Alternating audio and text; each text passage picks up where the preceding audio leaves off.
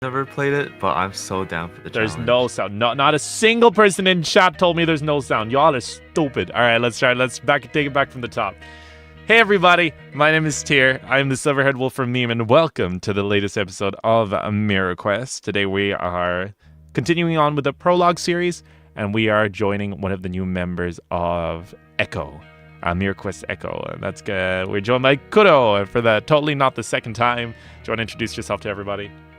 Totally for the first time, my name is Kuro. I'm a Kuro VTuber. I stream on Twitch, and I usually play Apex Legends or League of Legends on the platform. So Heck nice yeah. to meet you guys. Awesome. Yeah, no, chat, see, joke's on you. You guys didn't tell us we were muted. We were literally casually sharing bank details on screen. Yeah? Yeah, we shared all the juicy stuff. Exactly. We were sending each other sussy photos and everything. You guys could have been part of that.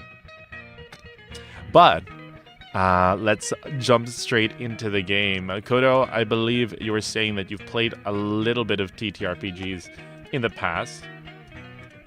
Yeah, very little. Very, very little. But I love challenges, so this is going to be very exciting. Heck yeah. My DMing style is very beginner friendly. All that matters is that you really immerse yourself in the world, kind of ask yourself what you do in these situations. Go wild, just know there's consequences. All right. But here we go. So, Kuro, you ready to get started? You ready to jump in? Yeah, I'm ready. I am ready to die. Not die. I'm ready to die. Heck yeah, I love this game. To go crazy. Awesome. Well, in that case, our story starts amongst humble beginnings. Kind of sitting at your PC, ready to go live. However, something seems strange. You're about a minute off when you're supposed to start. Your streaming software freezes up for a second before a little pop-up says something along the lines of a new plugin installed. Paying no real mind to it, you kind of hit go live, and suddenly you're faced with a wall of terms and conditions that you haven't seen before. It's a big old tangled mess of legalistic jargon, as well as a big accept button, and in very small writing, decline.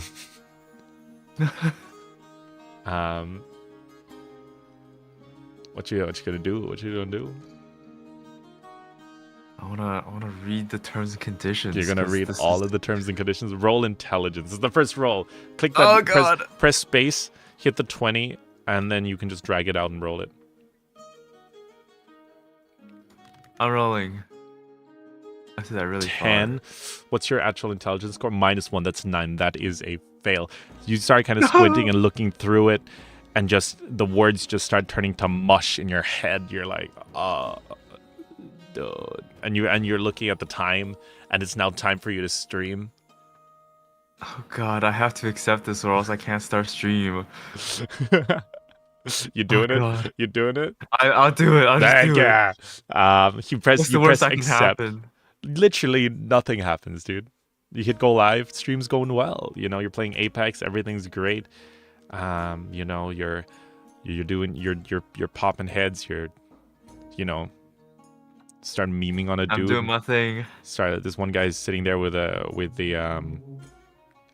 freaking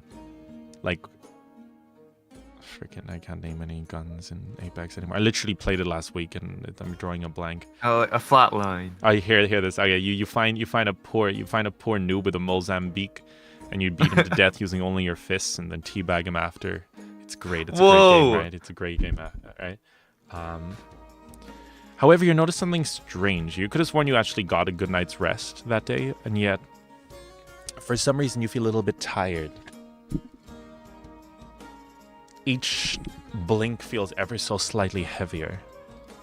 Chat's kind of popping off. They're having fun. They're enjoying themselves. But you're starting to feel more and more drained. Everything feels ever so slightly harder. Eventually, you start to even notice your vision starting to blur. You start seeing doubles. while you're in the menu, even you're kind of trying to hit like next game, trying to hit play, trying to hit. Oh my But gosh, for I'm some reason, dying and I'm still going next game. yo, for real, that's the grind, dude. That's the road to pred. But this your body's just isn't responding. When suddenly there's a huge thump. You don't know why, you don't know what it was, but what you felt was the impact of your body hitting the ground as you passed out. And the last thing you notice is chat kind of, at first kind of memeing, as chat does, until they actually get concerned. As your eyes begin to close. Roll Constitution. Or not Constitution, roll Will, which is a -1 for you. Okay, I'm rolling. Second roll. I failed the first one. There's no way I failed the second. Yeah, surely. That's a pass, I think. Yeah. Okay. -1. Yeah. 11. It's just about a pass. It is just about a pass. Let me bring you somewhere nice and special. I'll take it. So we're gonna go right here. Welcome.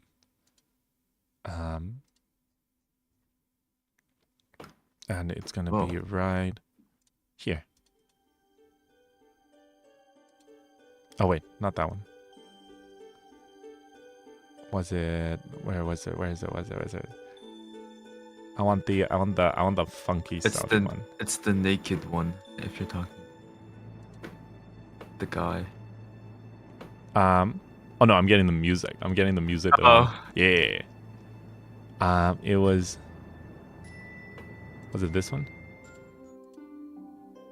No, this is too nice for what's about to happen.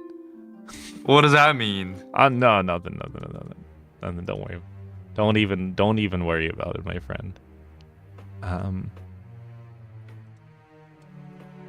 Oh, this music is menacing. Okay, this is definitely not this one.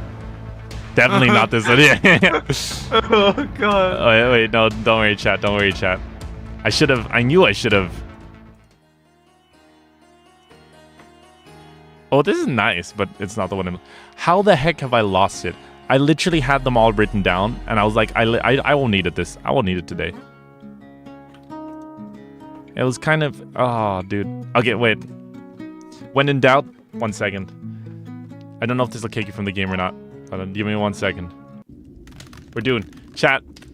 We're getting. Oh, it won't even work because I changed it. I'm upset, dude. I'm upset. We're just gonna have to improvise. We're gonna have to improvise. All right. All right. I'm down. Okay. Are you still in the game? Yeah. I'm still in. All right. This is being cut out in post. Don't worry, chat.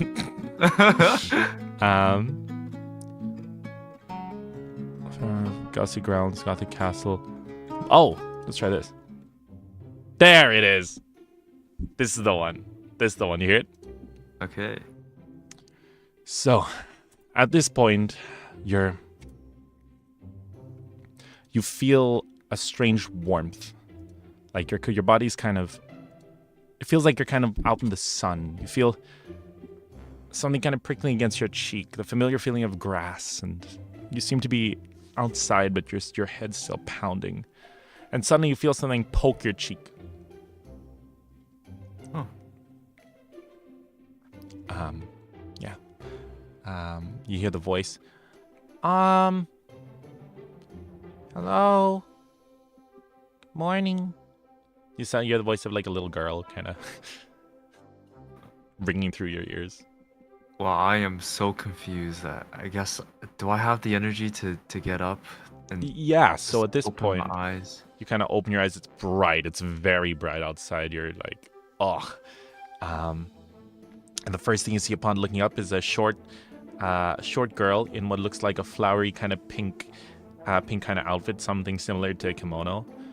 And she's got her hair's tied in two little twin tails. She goes, "Oh, you're awake. I thought you died. That would have been bad. We don't have decomposers in heaven, so your body would have just kind of lie there. Having said that, you don't really die if you're in heaven. This is kind of where you go when you die." Wait. Hang on. I'm where? I'm in heaven? I died?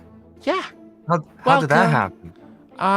Well, you accepted the terms and conditions, so we just did what was on the contract. What? Oh shit. Oh, you're right. Yeah. Wait, I couldn't even read those. It was too Oh, well, blurry that's for not. me. You know legalities and stuff. Don't worry. Well, you're here now. Welcome, hero of the realm. I'm Fluencia. I'm the. Wait, I literally did this yesterday. Yeah, I'm the goddess. I'm the goddess of fame and influence, and it's nice to meet ya. Nice to meet you, I guess. So why am I here?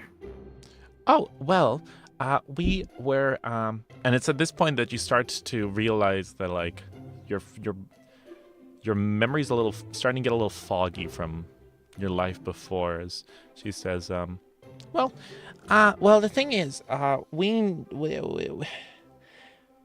I brought you here to stop an event known as the Great Calamity. She says as like a little rainbow forms between her hands and she kind of spreads it in the air. Makes little sprinkles. That is terrifying. Why is it called the Great Calamity? Am I gonna die again? Well, you shouldn't die. Probably, yeah. Well, no, I mean, ideally, we don't want you to die. Because if you die, the world dies. You know, it's kind of one of those things, right? It's like, you're the only one that can stop it and stuff. I feel like I've heard of these before.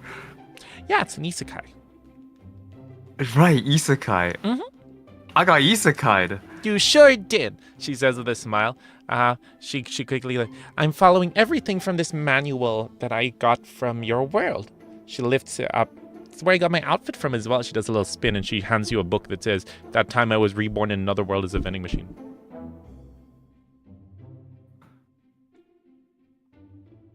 That is insane. That book, that I've never read it. I've heard of it.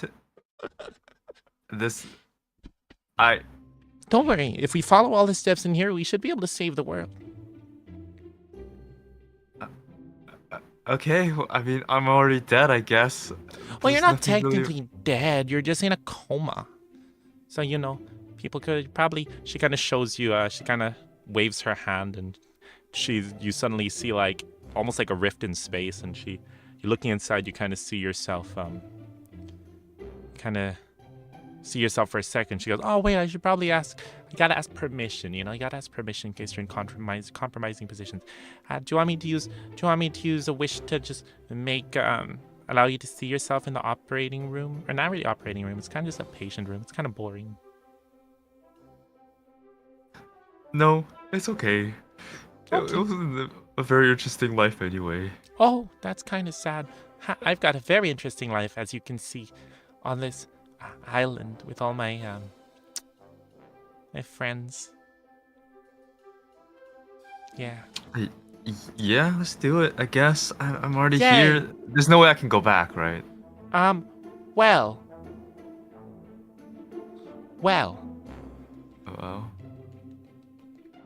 Technically,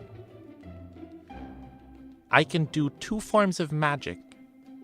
2 wishes per person. Or miracles, if you will.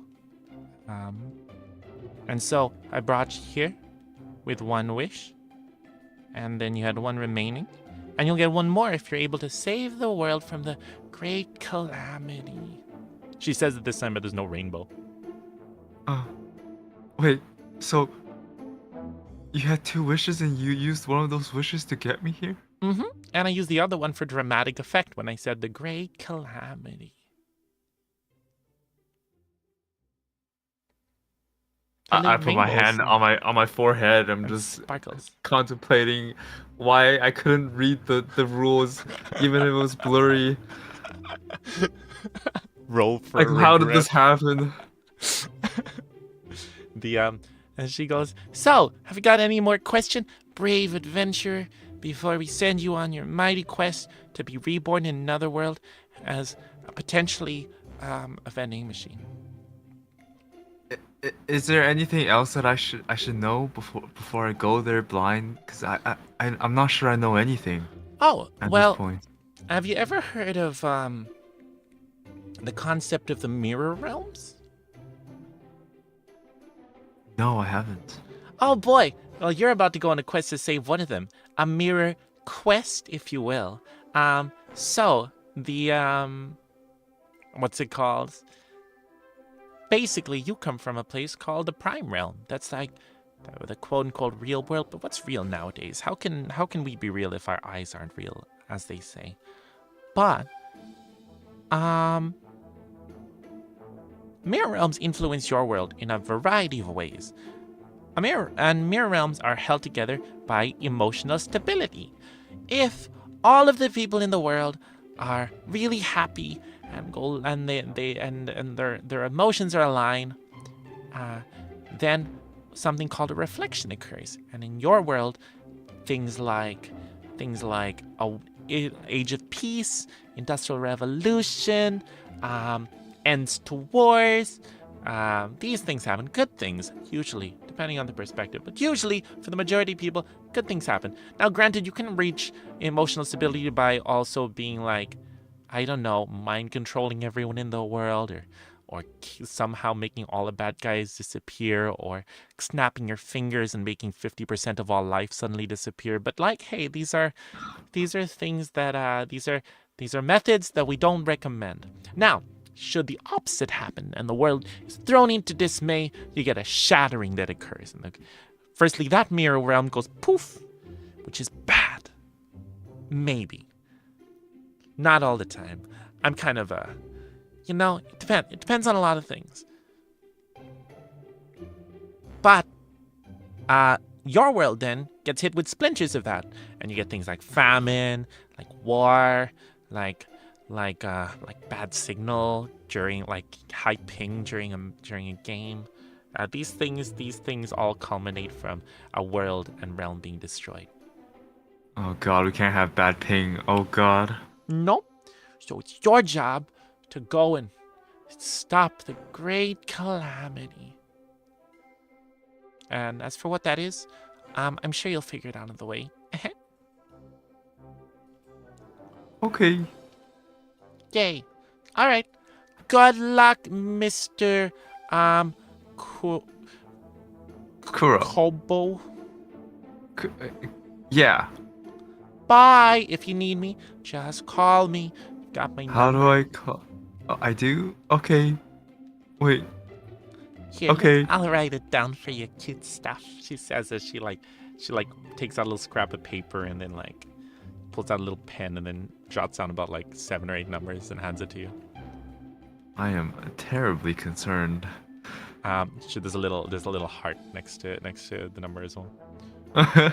If you want to write this down, the number is 1-800. 1-800. Double Okay. O. No tax. Okay, tax free. Okay. Yeah. 1-800-00-1066. All right. 1-800 00-1066. Yeah, exactly. Okay. Perfect. So now at this point, that's now you now have her number, and she's like, "All right, good luck. This part's gonna. You might want to hold your breath for this part. You don't want to get some flies in your mouth. It's kind of. Don't worry about it. You ready? What do you mean by that? Bye, Kobo." What? It's Kuro! Suddenly, you feel almost like a hand reach into your chest, yanking you through the floor. You kind of have an almost out-of-body experience as you find yourself plummeting through the sky. You look down to see the ocean below you. It's getting closer and closer as you're plummeting down at extremely fast speed before suddenly you brace for impact and...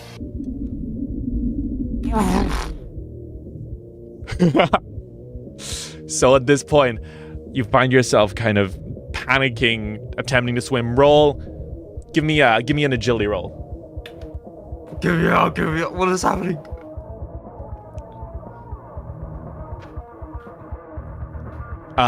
You slowly start to panic. You're fighting against the water. You're with all your might. You start swimming all the way up to the surface.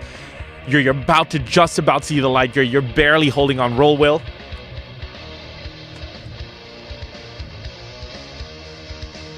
16. You're able to just about get up. And as you're about to see the light, you burst your head out of the water. And that is when suddenly, you wake up.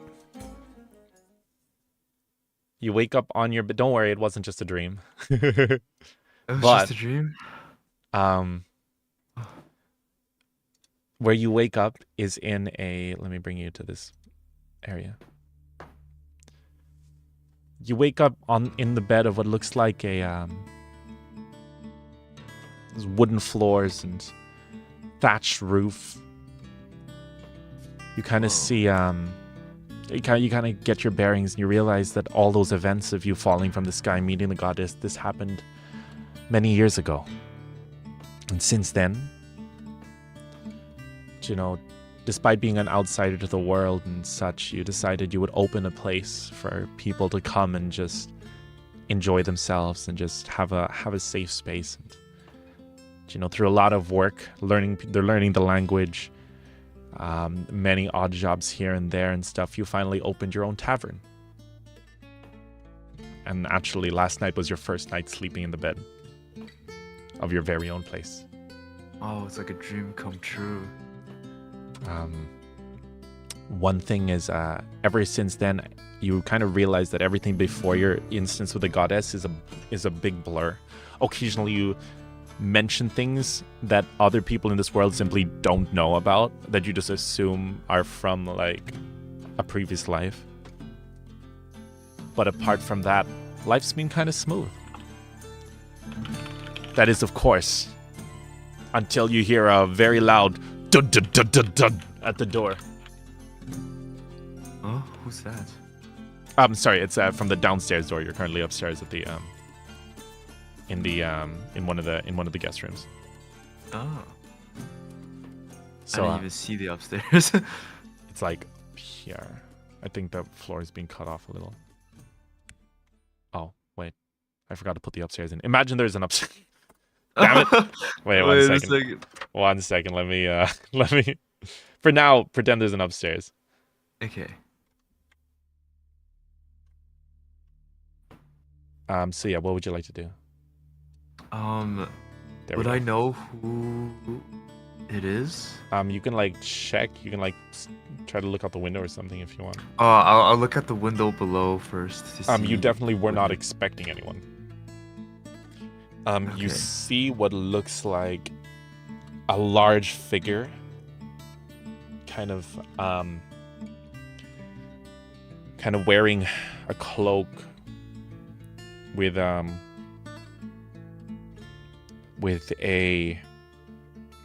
like a trail of crimson kind of behind them. They seem to be injured. Oh gosh, I didn't expect someone to come this early. Okay, I'll like rush down, knowing that it could probably be blood, like just dripping. And I just opened the tavern. The moment you open the door, roll agility.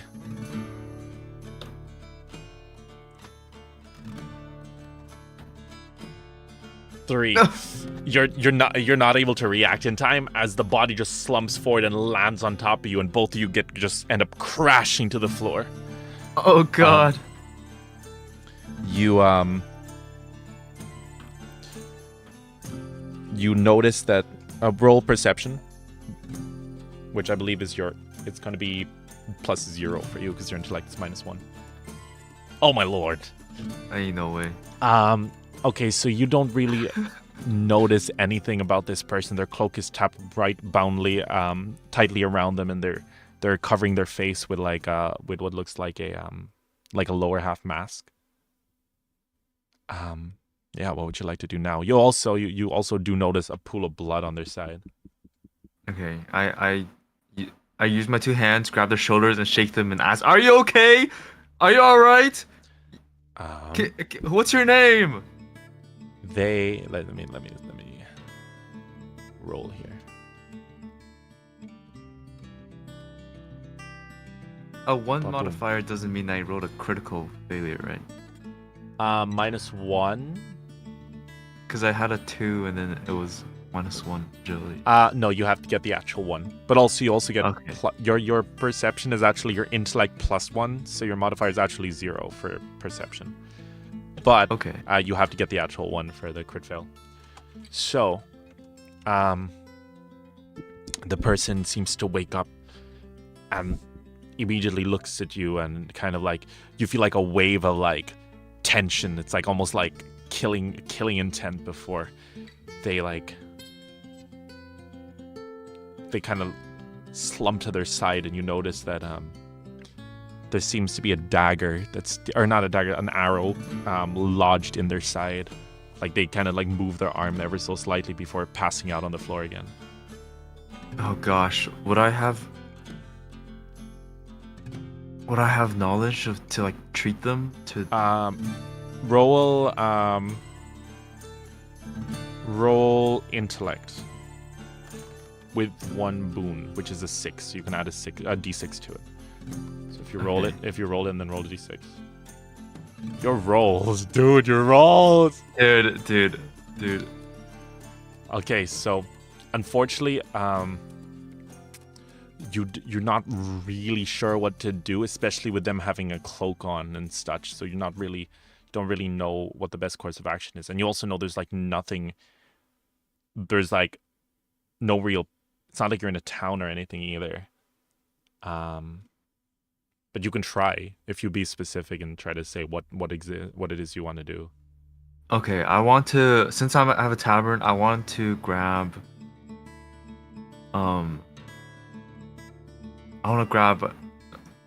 alcohol, I guess. Okay. And yeah, I want to try and if I have any like paper materials, I guess, like what do I have? Like I probably have bandages, right? I probably have like bandages or like you have some first anything. aid stuff. You grab your like strongest like alcohol percentage. But you do have some bandages and wrap that you're able to get. Yeah, and then I'll apply a pressure to where he was struck, and then okay. And pull and like gently pull out the arrow while like applying pressure to the wound area. Awesome. And then you hear them kind of grunting, like followed by like there seems to be some kind of magic on their lower mask, and their voice sounds distorted. It's kind of like sounds like a voice changer. They're kind of just like,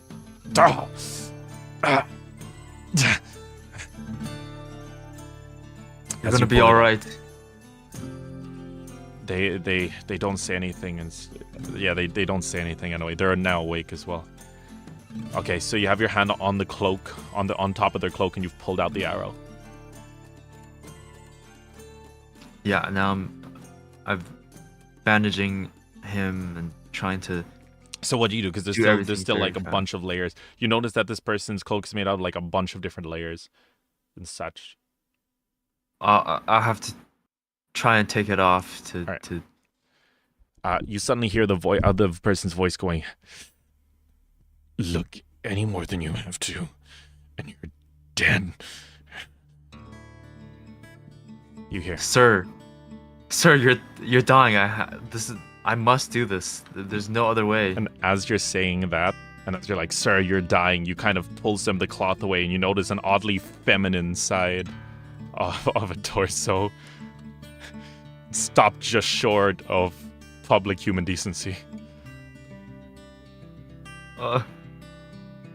Excuse me, ma'am. Perfect. You remember that perception roll you I'm failed? like panicking. Yeah. All right. So yeah, but the cut, what's it called, the hole where the arrow entered is more like lower, kind of near the kind of near the waist. And it seems rather deep, but it doesn't look fatal unless you leave it for too long. Okay. Roll perception with... Yeah, roll perception here. Plus your... with a boon, you have D6. Okay, thank God. Because you have them stop moving and stuff. Okay, good. That's a pass. You notice something strange in that this person is in a lot more pain and they seem a lot worse than they should be, despite the arrow entering somewhere relatively non-lethal. You see they're kind of drenched in sweat, and there seems to be like a darkening of the skin around the wound. Oh. I want to think that it's poison.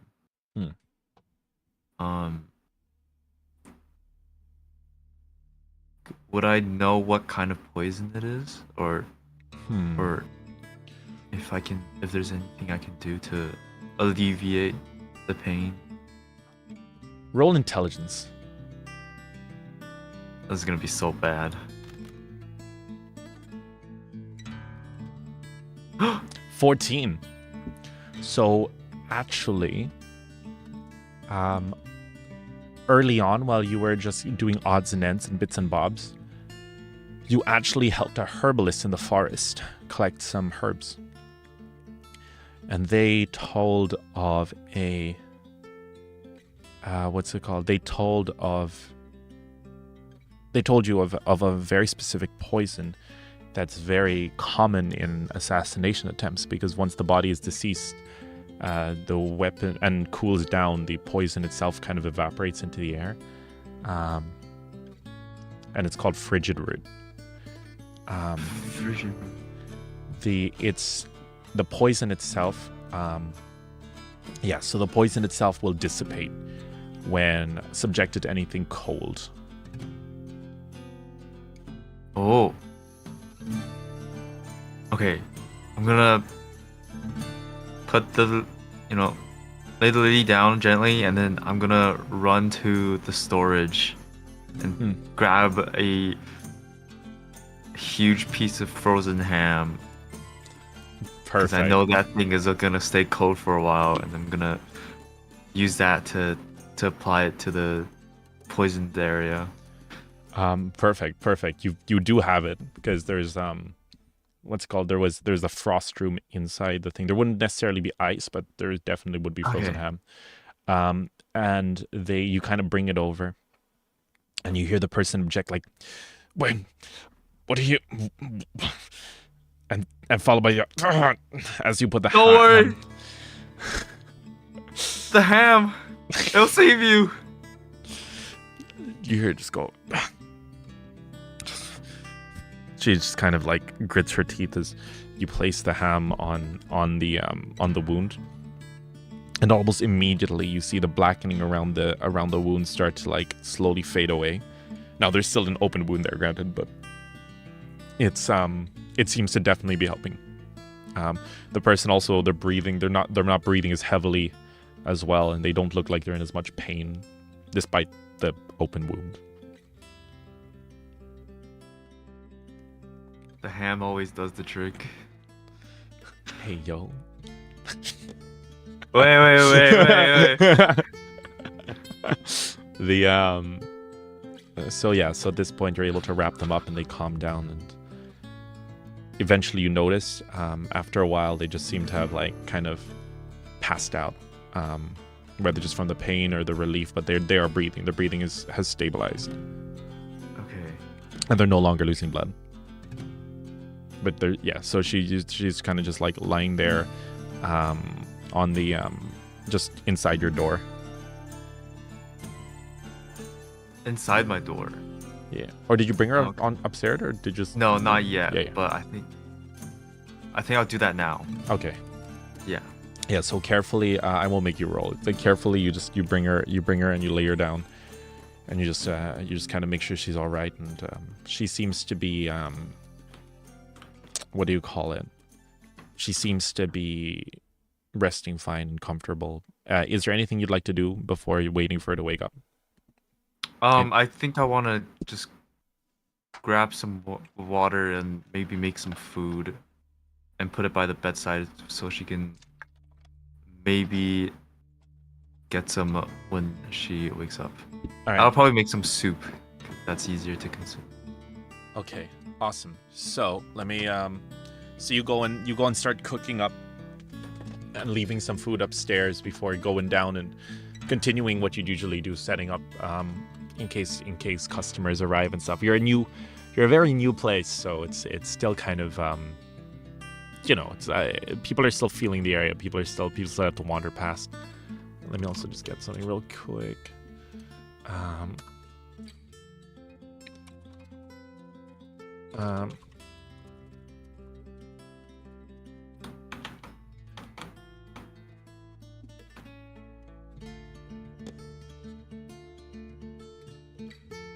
Okay, and then I'll just do this real quick.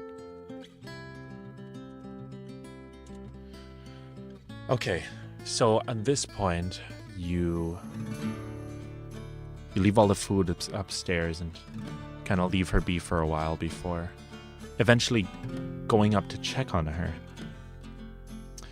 And at this point, you see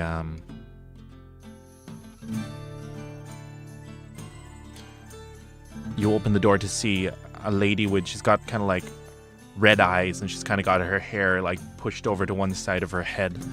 At this, her cloak is folded neatly to the side, with a bit of that has blood kind of ripped out and left over. She seems to be wearing a rather formal shirt on the inside with but despite her like formal appearance and formal attire, and her hair itself actually seems rather well kept. She's scoffing down food and like taking chugs of drink as if she hasn't eaten in days. Yeah, that's what you see. Also, here's roughly what you see. She also seems to be wearing a kind of like netted shirt on the inside that's kind of like very ornate designs of like feathers and such. Here's an image. That's what you see. She also has a scar over one eye. Oh my gosh, she's very intimidating.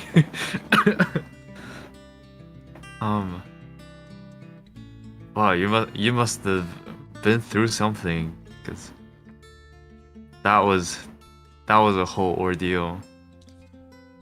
Who are you? She looks up and says, "You don't even know the half of it. But I suppose I owe you some thanks. I do apologize for how I treated you earlier." Always glad to help someone in need. I, unfortunately, fell victim to a symptom known as letting my guard down. Damn hawks tried to assassinate me. Hawks? Yes, the roll intelligence. Let's see if you know. Yeah, you've heard of the Hawks. They're a local one of the organized families that kind of run the underground of the entire realm. There are many families you've heard of. Each of them. What was it? Each of them kind of named after different birds. Why did League just open? Huh? Huh? Haha. Wait, no, I didn't have my hand on the mouse. You've triggered my trap card. No, not rank quick play. Or not freaking. Oh gosh. No, I can't. I can't. All right. So at this point, she goes. So yeah, you're aware the Hawks are one of the organized crime families. Oh, okay. Can I? Can I? So now that I know that she's involved with she's involved with underground groups. I want to see if I can tell who she is. Roll intelligence. Damn. Okay. So, you're looking and you're kind of... Yeah, like if her like tattoos show anything or... You kind of... You hear a lot, especially when you were working around the place, and you've heard many stories of the many different families, such as the Falcons, who are known for having very ornate tattoos, the Hawks, who are known for their like kind of brutality and more savage nature. You've heard stories of the Peacock family, who are known for throwing lavish parties. But most of all, you've heard stories of a family that tends to stay within the shadows, very secretive. Their leader has never made themselves public. However, their leader is always known for having a large scar across one eye and red fiery eyes. The leader of the Raven family.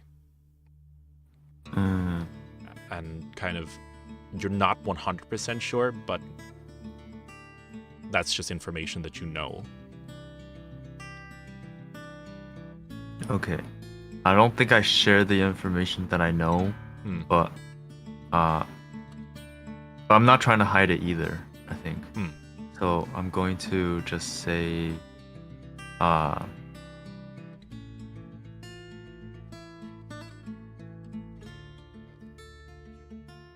if you need anything, just let me know. I'll be glad to help, but there's not much that I can do. She nods and she says, that's perfectly all right. If possible, I would like to hide out here for a while until I can mobilize some people and organize a safe exit from the premises. I promise you will be very well, what's the term? Compensated, she says. At this point now, she's put the food to the side and she's kind of popped out her chest a bit, and you see like a very proud, strong woman sitting in front of you. She says, we repay our debts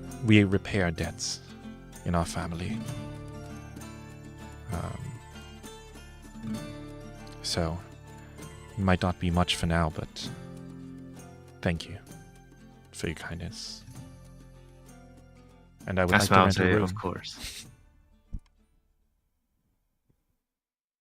She looks at you and says, and I would like to rent a room for a few days, if that's possible.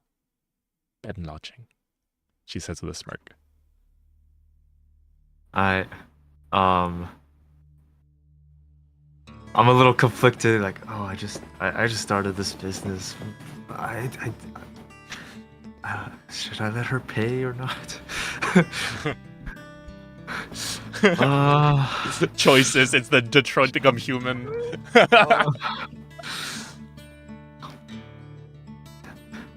No, I brought you in. You should just don't worry about anything else. Just rest.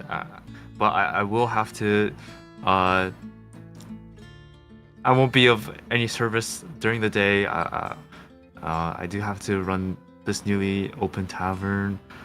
It is rather new, so you probably won't see any familiar faces, and I think you will be safe. She nods and she says, I couldn't possibly. I don't accept charity, but I will find a way to repay you. But I appreciate it.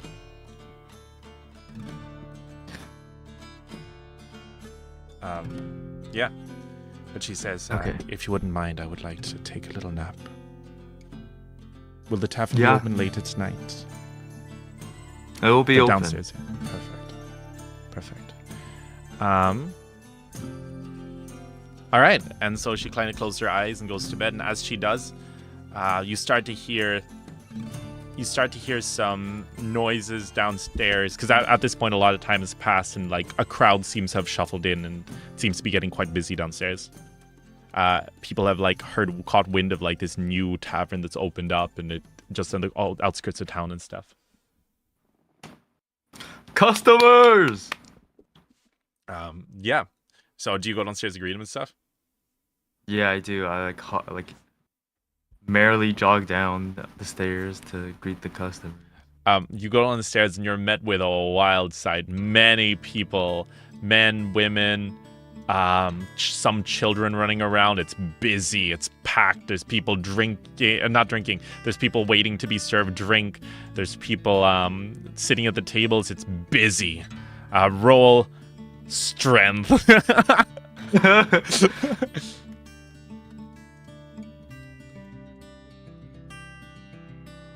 14. You roll up your sleeves, Kuro. You roll up your sleeves and you start pouring drinks and serving and whipping up little bits of food and such in the back. You're at your absolute limit. Let me 1 second. Let me do one better. Check this out. Let's go to here and we'll do this. Tavern busy. Boom. Check this out, Kuro. You ready? I'm ready. Boom. Whoa. Okay. Now we got the atmosphere. So at this point now, people are merrily singing and dancing, but you're barely keeping up, Kuro. You feel like you're about to drop. And just as you're about to start on another meal, another group of customers waltz in. And at this point, the crowd's starting to get a little bit rowdy. You start to hear a few people starting to complain. When suddenly, you place 2 glasses on and are about to bring them over. When you see a hand reach over and grab one of the cups. Roll perception. Oh god. At first, so what you think it is a random guest is trying to steal a drink. You don't see the hand. Hey, back off. Those are for the other table. Suddenly you hear a voice go, "Relax, dear." Followed by in a very feminine voice that you haven't heard yet before, you hear "Hey guys, who ordered the pale ale? And ooh, do I smell mead? Oh, it was definitely you, wasn't it, big boy?" As you suddenly turn to your left, and the person that you helped upstairs has now like tied their hair back and they're wearing like what looks like barkeep kind of clothing and stuff, and they have like a very pretty looking dress and their face is completely changed. She looks at you for a second and for a second she reverts back to that serious tone, but she just looks really smug before suddenly turning back to the customers and her face just turns back into cheery and happy, and for the rest of the night she kind of just helps you serve the people. I'm trying as hard as I can to focus on what I have to do in the tavern, but my mind is just blown. Like, what the heck?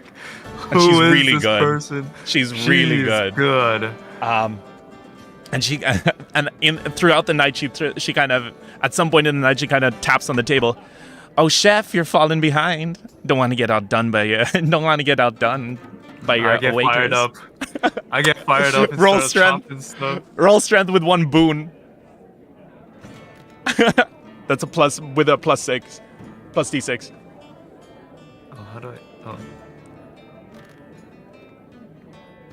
Oh my gosh! All right, Okay. So that's +2, so that's an unnatural 20. So suddenly you grab like a little bandana, wrap it around your head, and as soon as you tighten it, you feel like your eyes are just like, you almost feel like flames like in your eyes, and you start chopping things up and cooking things. You're getting fired up now. The night goes by fast, and suddenly you see that your waitress is caught up amongst the crowd. She's kind of serving some other people when to your left someone drops a drink on the ground and it spills everywhere. What do you do? I run to the side, grab the mop, and then javelin style like throw that shit across excuse my language. I throw that shit across the room. Oh my gosh. Try to use it to use that momentum at the front of the mop to wipe up the liquid. Dude, that's crazy. Wait, one second. I'm gonna roll an agility roll. What? No! No! So that's not you. So as you're mopping, as the mop's going, one of the more drunk customers is kind of stumbling forward, and he kind of sees the mop, and he kind of like walks towards and kind of try to pick it up, and then he kind of trips forward and falls face first on one of the tables, like this guy here, falls onto the. Oh, do you see the people inside the tavern, by the way, or is it hidden? I think it's hidden. Okay, one sec. I'm gonna. Boom. See him now? Oh yeah. So yeah, you slip forward. He slips forward and bang, face plants on the table, sending the food up high in the air. What do? I shout, "Free drinks for that guy!" Oh my gosh! Okay, roll will with 2 boons. You don't add them. You just take the higher one. So roll a d20 and 2 6s. Oh god. Oh gosh. Oh gosh, no. Okay, yeah, no, ain't nothing fixing that. So unfortunately, no one hears you as the food flies into the air, followed by screams, and someone yells, "Bar fight!" as one person grabs the guy from the car and is like, "Hey, that drink was for my daughter," followed by, "You don't have a daughter." It's a shut up. And now the fists are about to fly. Kuro, what are you doing? I rush and run to them. I grab both of their heads and separate them. This is not happening in my tavern. Roll strength with a boon. Kuro's luck going crazy. No way this man gets 3 ones in a row, right? Hey, let's go. You have a boon? Hey, let's go! You grab them by the collars and you lift them both in the air by the collar. You're like, this is not happening in my tavern. And then everyone around is like, oh, let's go. And then the guy's just like, you want to fight, bro? And it's followed by the crowd around going, Kuro.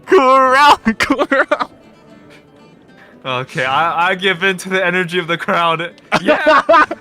Roll strength. Oh wait, are you just gonna thump him? Oh my gosh! We're gonna try to throw him across the room towards the entrance. You do. You're able to pick him up because that's a 17, and you fling him out the door, and he goes, "You won't see the last of." And followed by a coming from outside. Get out of here! Oh man. Okay, let's do one more event. Let's see how badly this goes. 12. Okay, so at this point, everything's having fun. Everyone's having fun. The waitress is doing phenomenally. You're back behind the counter. Everything seems okay until you see in the corner of the room. You see someone there's a young woman kind of enjoying with her friends, and suddenly a guy sits next to her. Roll perception with 1 boon.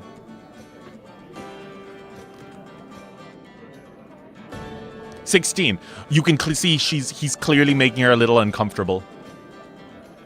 And you kind of notice this from across the room. What will you do?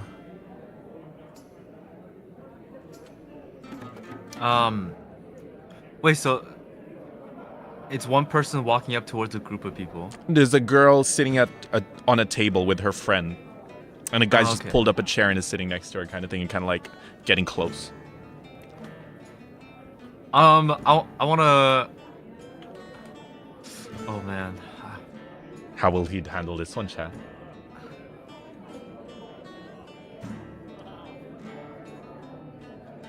I'll walk up to the table and then face towards the girl and ask, "Is this guy with you?" She quickly kind of shakes her head. And then I'll face towards the guy and then, can I?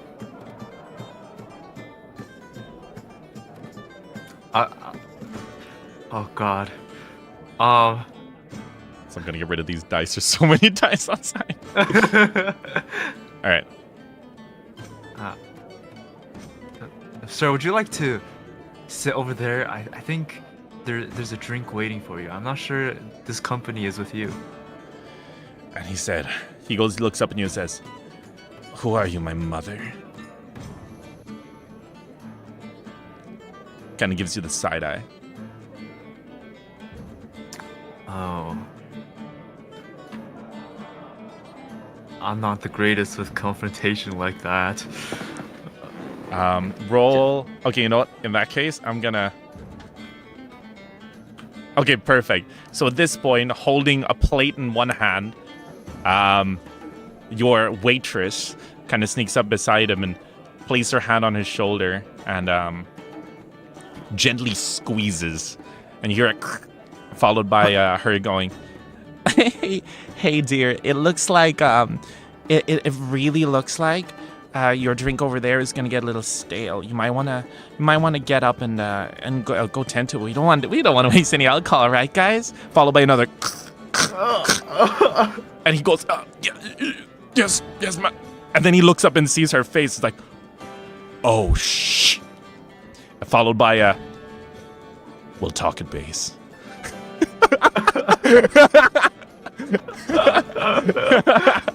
Oh my god. And he just gets up and sits sadly at the other table.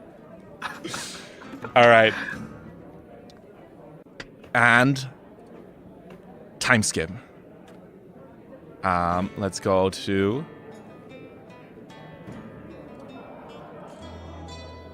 Wow.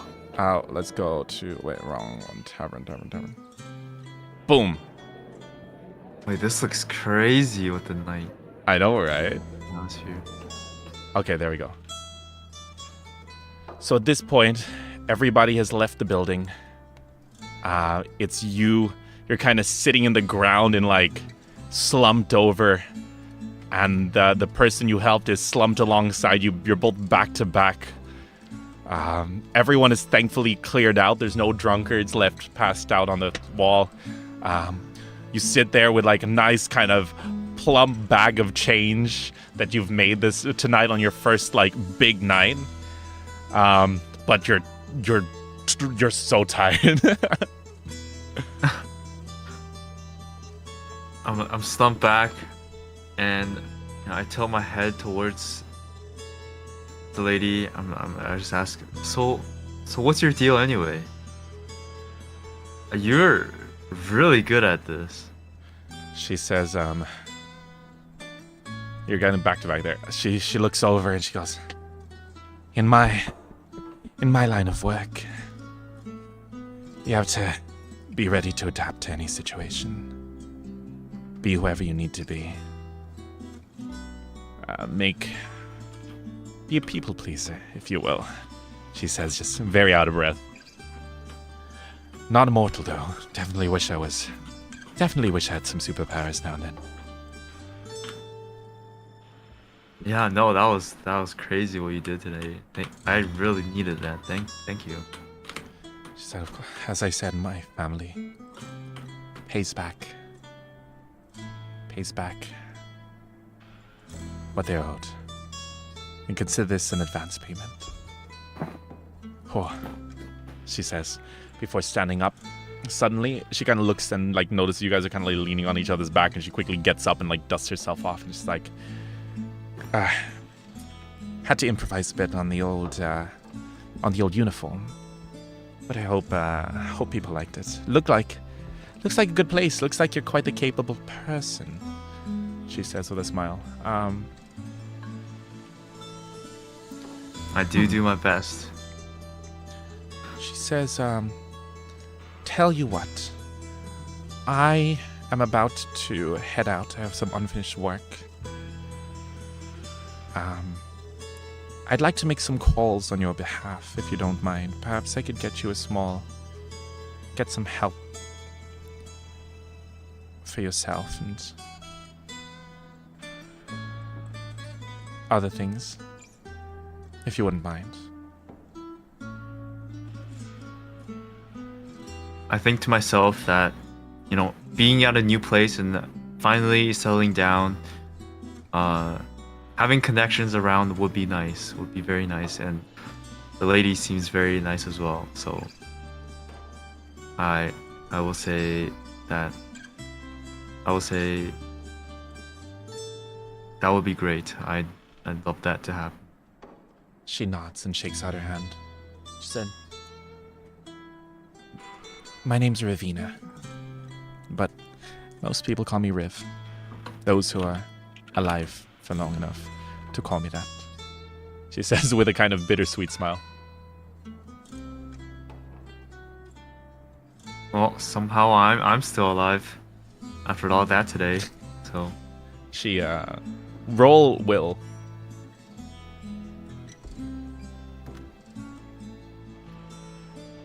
oh, With one boon.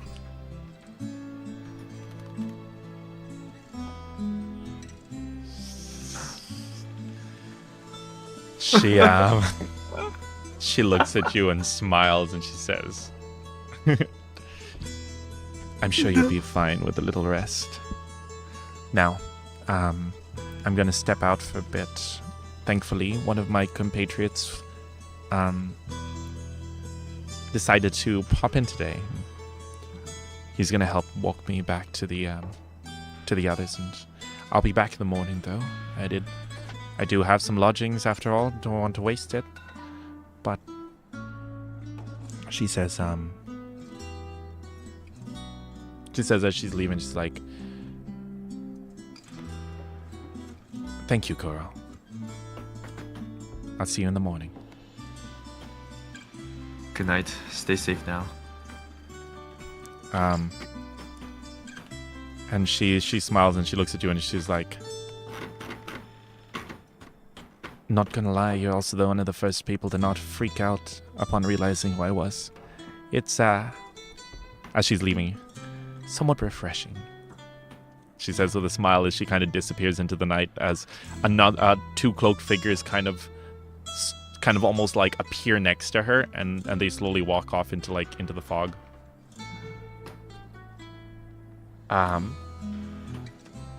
So at this point, Kuro, everything is fine. You kind of clean up.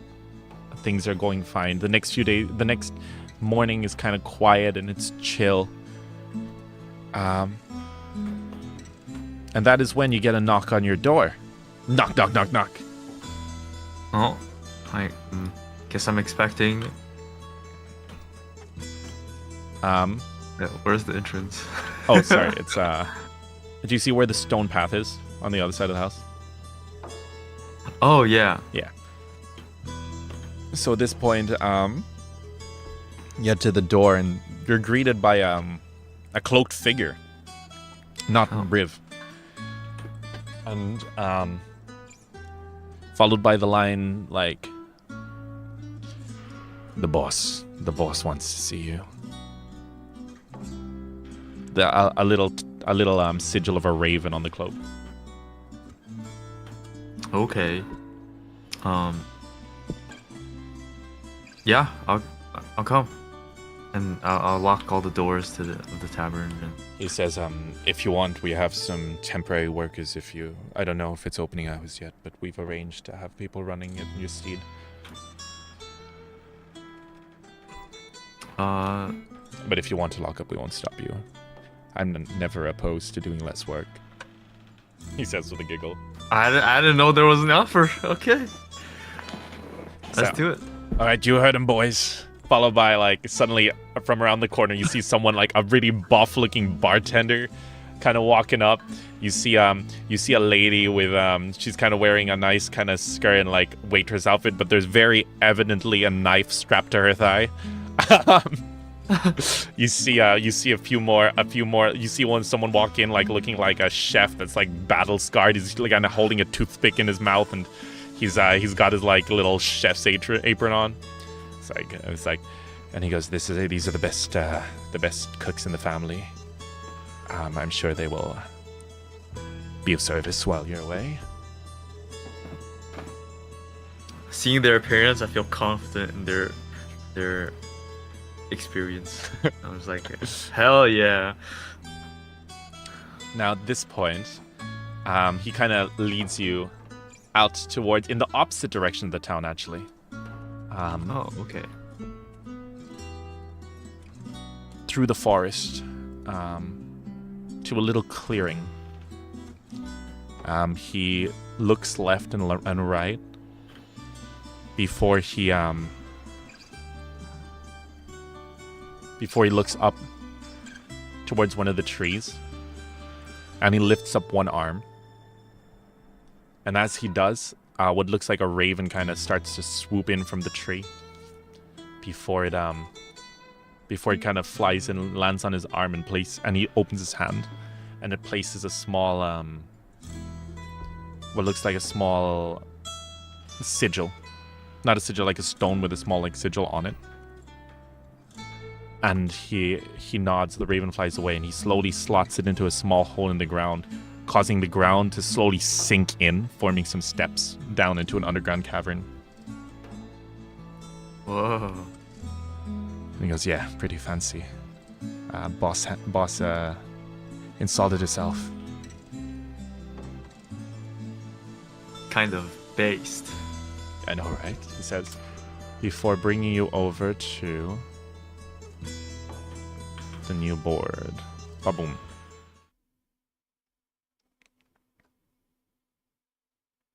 Where is it? Nani? Nani kore? Where?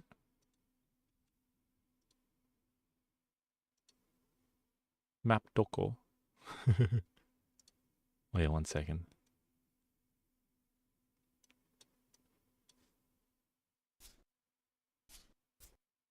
Wait, what? Did I break? Okay, wait 1 second, 1 second. Emergency, use a different map.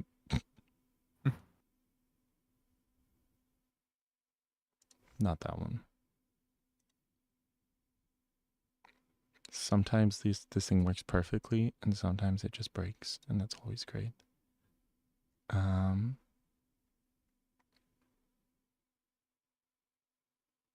There we go. Oh, are you still back in the other board? Yeah. Yeah. Okay, cool. Let's put it here. All right. So at this point, you're brought to like a main entrance of oh, that's not you. That's you. Whoa. Yeah. And you're kind of led through, and it's like, well, this is home. And you're kind of brought all the way through the area, kind of past a bunch of different sides. He goes, follow me. You can control it with the arrow keys, by the way. Oh, whoa. And he says, if you have any questions, I'd be happy to oblige. Oh no. Oh. A little handies. Roll strength.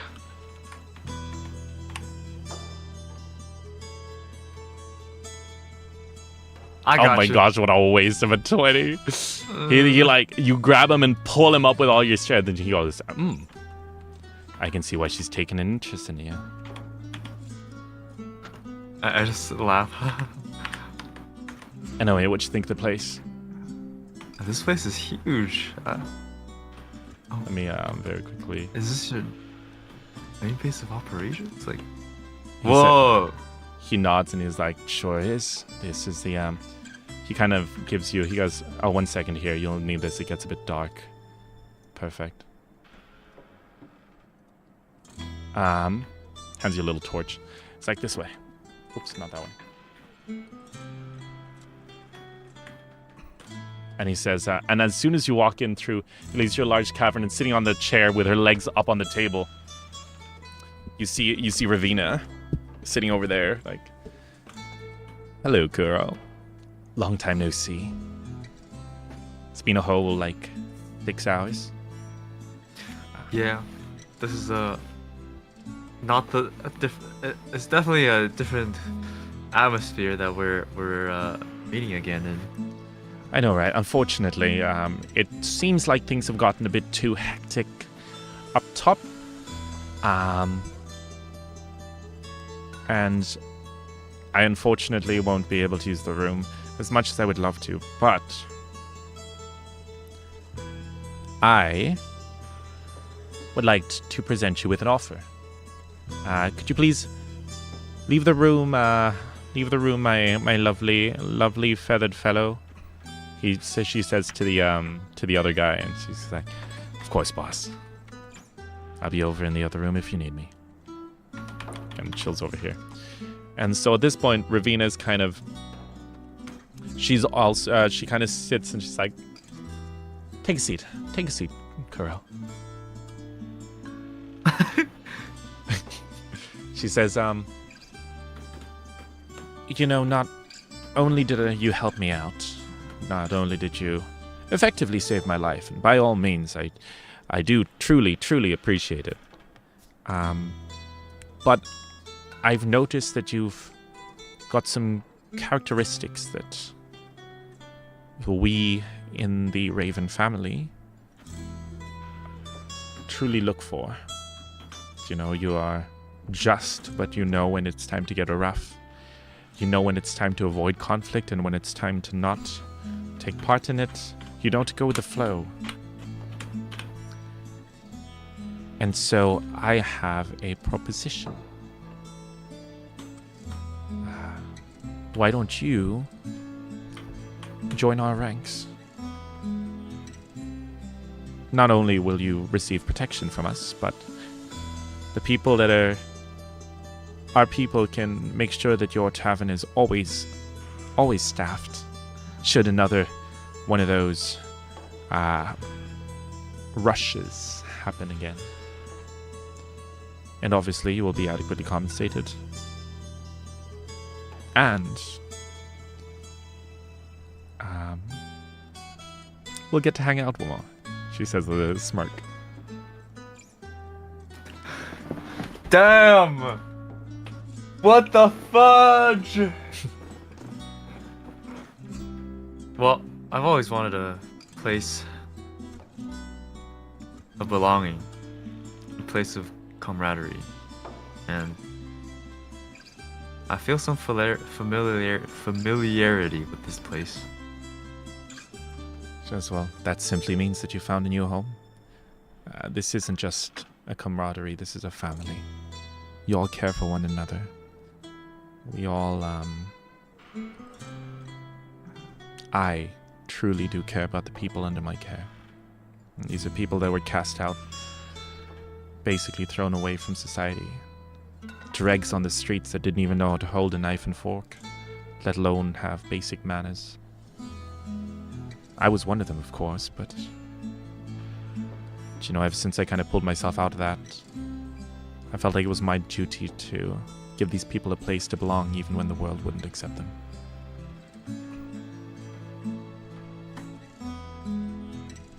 That is very noble, charming, hot. She all says of with a those, smirk. yes. Oh, why, thank you. Roll will.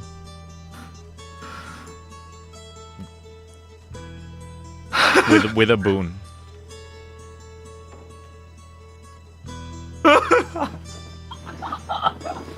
She merely laughs. By the way, all these will rolls are Riz rolls, and you're failing them all. This is lore accurate. What the heck? She goes, I appreciate your attempt in flattery. But yes, now there is something that you should know about us. I joked earlier about the whole superpower thing, but many of us here suffered grave injuries, and as a result we all looked for other methods to compensate for this. One of the reasons we're able to stay so secretive while also being such a powerful family is the fact that we've gone through certain augmentations. Now, I'm not forcing you at all. It's not like it's a mandatory requirement, but we would be willing to impart some of this knowledge with you, seeing as you're part of the family. And to be honest, the others think it's too soon, but I do trust you. And it's quite the painless procedure. You'll be out cold for most of it. The only thing you'll be left with might be a scar here and there. Don't worry, it won't be as obvious as... she laughs and points to the scar in her eye. Won't be as obvious as that one. It does add flavor. Mm-hmm. And should you ever decide to leave, you'll still have it with you. And you have my word that we're not going to put, like, if he betrays us, he'll explode kind of ruining them. We've done so in the past, but it often leads to just malfunctions and a loss of very good men and women and children. So we don't do that anymore. Oh, that's good to hear. All right. Well, for the family, I guess. For the family. I like that. I like that, she says. And now, we're going to time skip. You ready? I'm ready. So, several years go by. Many of the Raven family truly become like family too. They come and some of the younger recruits sort of work at your tavern for a sort of allowance before they're able to go on big heists. You kind of become known in the company as like kind of like one of the parental figures, second only to Ravina herself. The company grows and grows, and you notice a more influx of people. You kind of advise Ravina like to kind of slow down on the recruitment and stuff, but she kind of ignores your advice and just continues to recruit people just out of like from the streets and just everywhere she can, and just kind of bring them in.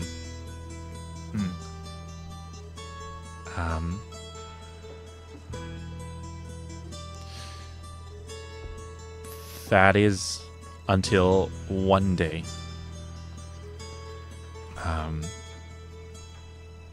So at this point, you've also risen up to like one of the top rankings in the Raven family.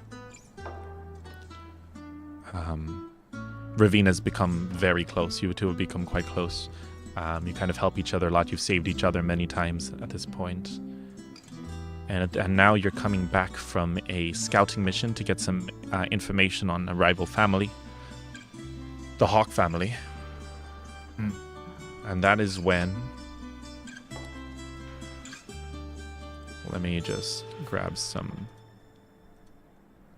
That's when you smell something in the air. Roll perception.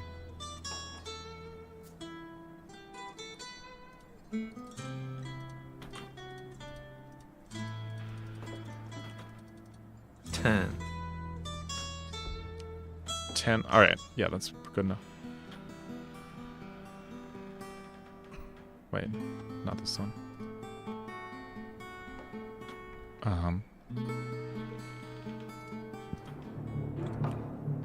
Well, I'm working hard. I'm in a top position already. It's been a few years at this point. Heck yeah. And I want something bigger. Let's see. What do I? Oh gosh. Boom, boom, boom, boom, boom, boom, boom. Not farm cavern. Why is there a medium button for this, but no?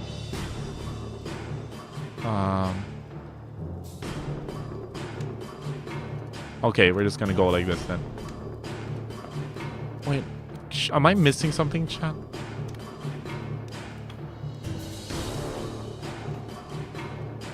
No, I guess I'm not. All right, here you go. Upon running back from the mission, you suddenly see a sight that makes your heart absolutely sink.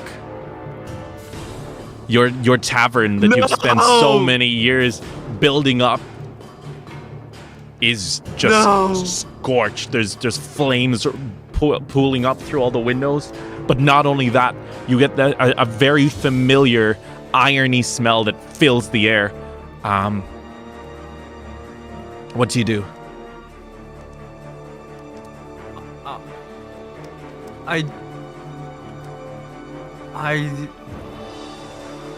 Oh my gosh, I don't know what to do. I gotta.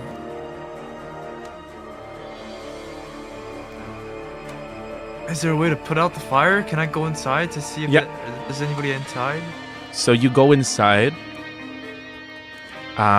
You go inside, and what you see kind of makes your heart sink. You see what looks like signs of a struggle with a few corpses of, like a couple of corpses of some of the people you recognize that have been working at the tavern recently, as well as that original fellow that guided you. You've eventually learned that his name is Farrell, and Farrell, people like to call him Featherbrains. He was kind of like the messenger of the thing, and he looks over and he's like he's slumped over with what looks like a large gash on the side of his body, and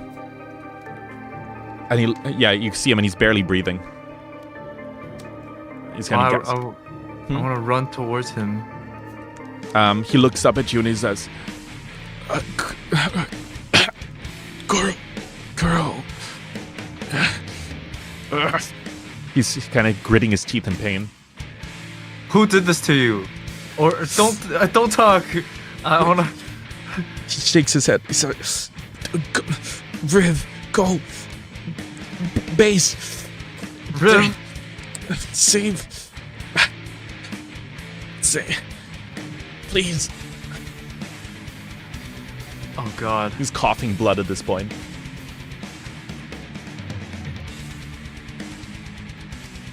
There's no time to spare. I have to sacrifice the tavern.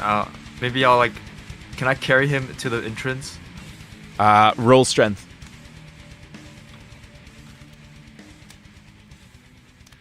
Okay, so at this point, you pick him up, and he's coughing blood, and you're able to pick him up, and you're carrying him closer and closer towards the entrance, and he's so weak. He's super weak. So usually you go in through another entrance. The entrance that he let you in from before was actually one that I forgot to mention this. It's kind of like more of a secret entrance that he kind of uses to get back and forth. But there's the main entrance. But at this point, he kind of slowly instructs you back to that entrance that you haven't been to in years. Mm-hmm. And upon reaching it, he kind of lifts up his hand, and the raven once again flies in, and you're able to enter. And he says, "Down, slowing you down. Leave me here. Save Riv. Even if I die, as long as she's here, the family lives on."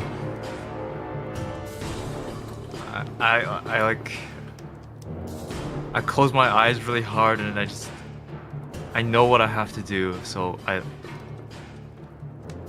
I'm sorry, my friend. Just don't apologize. Now go. And under his breath, you hear something that kind of makes your heart kind of stop. He goes, "Damn orcs," he says under his breath, and you're kind of... So you know this. You don't need to roll intelligence here. But the orcs are the names of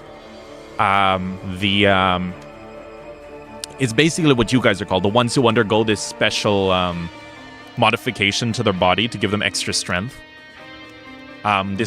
Basically recently, you know that a lot of members have been getting this modification very suddenly, and then people have kind of like started calling you guys the orcs. Kind of, it's like almost like a mutant kind of thing, like a mutant force. But it's specifically the newer generation. The older generation had more prosthetics, where you guys are really like modified using magic and such. Yo, okay. What's up, Comey? Thank you so much for the raid. How you doing? How was your stream? But yeah, so at this point he's like, "Go! Stop them!" He coughs more blood. I have to lay him down. I gotta run back to the base. Like, all right. So yeah, the stairs are open back for you again, and at this point, you walk in, Are you ready? Are you ready for your first? Are you ready for your first proper fight? I'm ready to roll initiative. So, good news and bad news. This game doesn't have an initiative roll as you're used to it.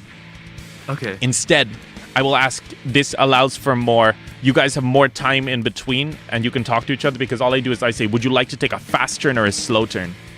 If you choose to take a fast turn, you can move or attack, but that's it. If you choose a slow turn, you can do both. And the order goes fast turn players, fast turn NPCs, slow turn players, slow turn NPCs. Okay, That's the way that it goes. This allows you guys to kind of talk to each other more and communicate more in between battle. So, yeah. You as soon as you walk in, you're confronted by two people who you recognize as some of the new recruits holding some swords and like looking at, and it's like, hey boys, he's back. Let's go give our famous vice captain a warm welcome, shall we? And they kind of like look towards you and smile. All right. Why are you doing this? They look over and say, why? That's rich coming from you, especially since you were the first. And then suddenly, you say they're ready to charge at you. Roll will. See if you can get through to them. See if the conversation continues or if they just kind of charge. I was gonna say, am I rizzing them? Wow, you succeeded. Okay.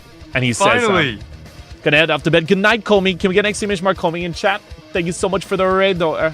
I appreciate it.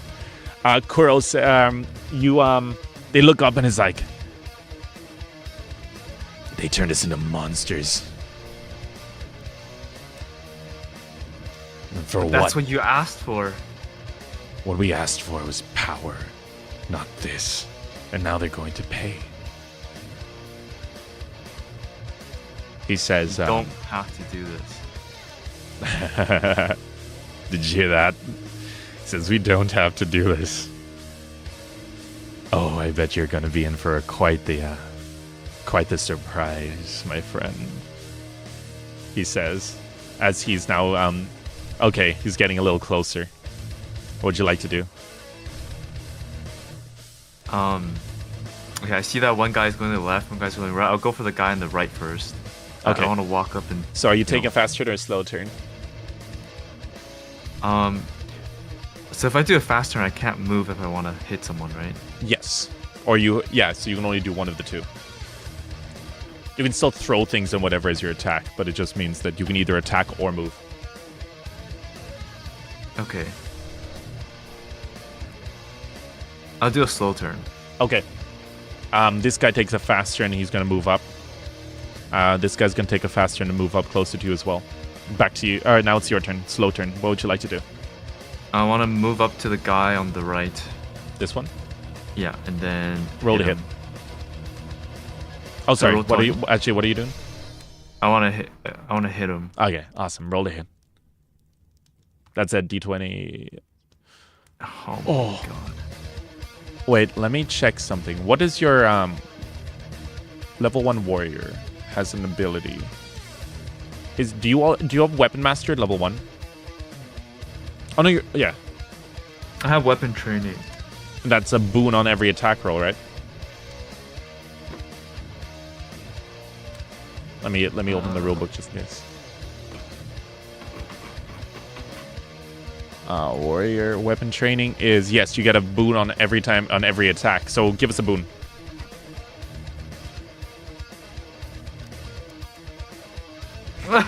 Unfortunately, you swing, but the guy ducks underneath your sword. And he laughs and he's pathetic. Next turn. Fast turn or slow turn? Fast turn. What would you like to do? Attack him. Roll to hit. Perfect. Yeah, roll the boon. Amazing. Okay, now roll damage. Are you using your greatsword? Or actually, I never actually asked you to pick a weapon. What weapon would you have at this point? Since you just came back from a mission, so you would have a weapon. Yeah, I do think I'll have a great sword. Awesome. Like a two-handed sword. In that case, we'll do a roll a d10.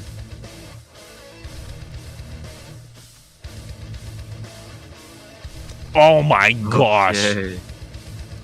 So you kind of grip your blade and you just send it flying towards him. Wait, let me actually check if a greatsword is a D10 or not, because that seems a bit OP. I'll still give you the damage, because it's my fault for not checking ahead of time. But... You're good. Okay, no. So wait, broadsword, ranged weapon, military items. Bastard sword. Oh, it's 2d6. That's actually stronger. Either way, it doesn't matter. You kind of grit your teeth as you see this guy kind of like making fun of you.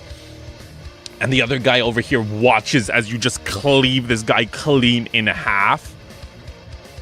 And he's dead. This guy's dead. You just one-shot this man. Yeah! Why would you do this to yourself?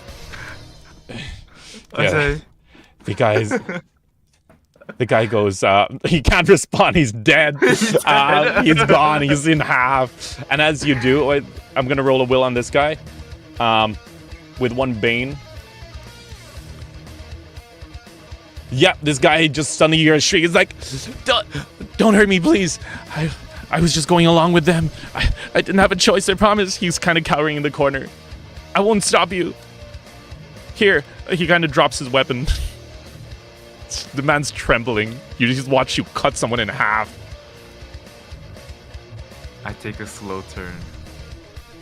All right. What would you like to do? I would like to walk up to him. Alright.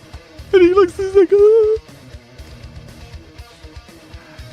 It's already too late. I gave you an out. Oh my god. This is goodbye. He starts like, you see like a pool of water forming beneath him. Roll a hit. I realize, 2d6, right? You have to 20 first. Finish your sentence though. Oh. I realize that you never even considered this as family. It's Your like, sacrifices were only for yourself. he goes, what family? This is just a stupid crime ring, he says. Roll a hit. Goodbye. Oh shit. You have a boon, remember? Okay. That hits. Give me 2d6. 2d6. And it's 9. Oh my gosh! You once again a big slash through, and you just from his shoulder down to his leg on the other side, he's just cut clean in half. Yeah. Oh my gosh, the guy's body just slumps to the ground. You can now. Do you want to move forward? Yes, I want to move forward. Here, what rooms? Where do you want to go? You can kind of choose. Are you gonna go to the right or the left? I'll check on the right first. I don't want to leave anything. You look inside, and you're kind of a little horrified. You see what looks like a crime scene. The entire area is covered in blood, and you notice one of your trusted members kind of, at least what remains of them, kind of tossed about the room, ripped apart like a plaything. However, in his hand, you see him clutching onto something with like as much as he can, and like upon closer inspection, you see it's like basically a firestone. Very simple, very similar to what you would consider a grenade in this world. And he's like holding it. Now it's not primed or anything. It's just kind of like he's holding on to it. I'll take it from his hands. All right. Yeah. The moment you touch the stone, it's almost as if his hand just relaxes. It's like, it's kind of like it just completely, his hand just relaxes, and it's kind of like, and the entire body almost seems to just slump down ever so slightly, followed by a cough. Save the family. I use my offhand, and I like wave his eyes shut. You can rest now. Awesome. All right. Yeah. So his eyes are closed. He seems oddly peaceful despite the situation. Now, what this is it's a one-time use item that allows you, that casts the spell what's it called? It casts this spell. Where is it? Meteor, wherever it lands, which does 2d6 plus 2 damage to everything in a 1 yard radius. How long is 1 yard? Is it like 1 square? Well, let me check. How many feet in a yard? 3 squares. Oh, 3 squares? Okay. Each square is 5 foot. Okay. Oh, wait. That's not right. 1 yard is 1 square, so it's a 1 square, so it's a 2x2 block. Okay. Okay. So, yeah, I have to constantly switch between meters and feet. But yeah, so at this point, where would you like to go? You can kind of just control your character. Oh, I'll just go, I guess. Go like further in. Awesome.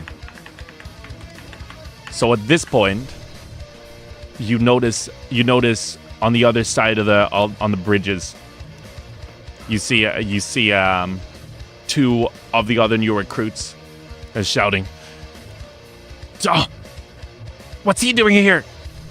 I don't know. Cut the bridges!" And you see them both frantically begin to like pull out daggers and start trying to slice the ropes on the bridges to make them fall. Would you like to take a fast turn or a slow turn? I'll take a fast turn. All right, you're up. And oh shit! God, miss input. I'll like move next to this guy. Oh, awesome.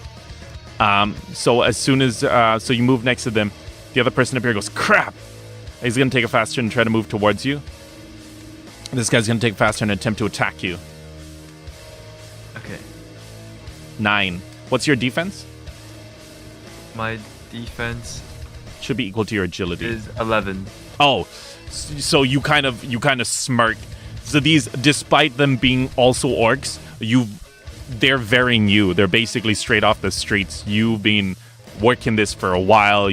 For some reason you don't know, but the moment you started working as part of the organized families, it's almost as if memories came back to you, almost like skills from another life, and you almost awakened, and like you kind of smirk and just sidestep the blade. Okay. He goes, "What? You were never..." Sorry. Let me rephrase that. Since you started working with the families, like, these memories started slowly coming back, but in this moment, after you first killed that other guy, suddenly just a full, like, wave of these, like, skills and abilities just hit you, almost as if it's, like, in your gut. And you're just, like, you feel yourself slowly awakening. That's what I was meant to say. Okay. So after I step, I say, too slow. Roll to hit. And I do a fast turn. It hits. You can roll your boon if you want, but it still hits a 10. Okay, it's fine. It doesn't change anything, right? It's just passing the check. Yeah. Oh gosh. They try it. You bring your sword down, and he kind of just barely dodges out of the way enough. However, he takes a nasty slash across his arm and goes, "Ah, that swing gonna kill me." He looks up at you, and he like, he kind of grits his teeth, and he's gonna attempt to attack you back.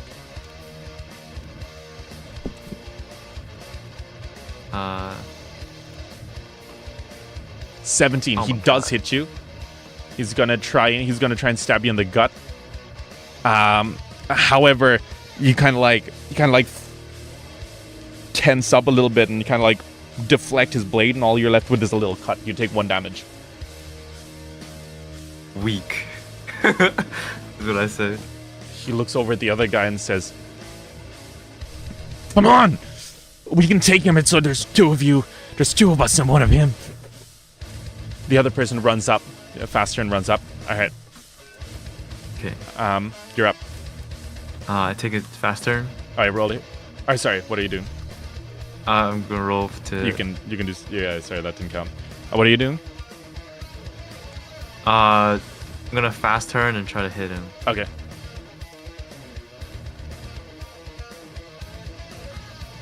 Oh my gosh, it just about hits. Roll damage, 2d6. God.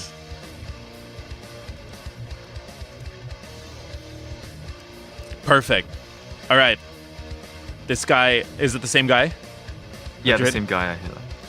As soon as you say, like, there's two of us, and there's one of hit, and suddenly a powerful slash cuts through his chest, causing him to stumble back and fall off the cliff. What was that? Now it's just you. Now it's just this guy. Yeah. Sorry, what were you saying? I didn't mean to cut you off. Oh, I was like, after I put him into the down into the cliff, I say, what was that? Seems like now there's just you, and I stare at the only one remaining. The other guy goes. He goes, "No, Felix, they'll kill you!" He charges at you, and he's gonna try and hit. 12 minus 1, 11. What's your 11? It does hit. He charges at you, and he's gonna try and swing. Where did that dice go? All right. Oh, 6 damage. Hurt. So you take 6 damage as he slashes across your front. Okay. Now, I'll do a fast turn. Okay, what would you like to do? I will hit him. Okay, roll to hit. It hits. Roll 2d6. Come on. Huge. Okay. Once again, he kind of like, as soon as like he's like, "I'll kill you," and he stabs you, and you just kind of like grab his hand, and then just like a butcher just slash down with one hand, and this guy also falls to his knee dead. You're now almost at the the room where Riv usually sits. Okay. Is there any healing or anything at all? Not right now. Okay. So at this point, where would you like to go? I'll check on the room on the left first. So inside here, you notice the bunks are empty. It seems like there was no real fighting in here. However, there's a few chests here and there. I guess I'll check the chests. And they're like see the if there's personal any- chests of like the people that were staying in the bunk, kind of like under the beds. So yeah, roll to hit. Or not roll to hit. Sorry, not roll to hit. Sorry, roll again. That's freaking roll to hit. What the heck? Roll perception. Should I roll again or? Yes, please. You look around and you don't. You look around. You try to find some chests and such. You find some clothes and you find some. You don't find anything useful except in one you find. Do you remember the guy that you saw with the first guy? What was his name again? It was like Fidel, the guy upstairs that died. You find a ring that he'd always wear, like a bracelet, and it would grant him the ability to walk on walls for short periods of time. It was called the Ring of Spider Walking. I'll take it. All right. Yeah. So you have that now. Apart from that, you don't find anything in particular. You find a small healing salve, actually, if you want, but that's only like 2 HP heal. I'll take it. All right. So you heal for 2. Okay. Once I pick up the spider ring, I'll say, even after all of this, you're still helping me. Oh. Okay, and then I'll walk towards the room.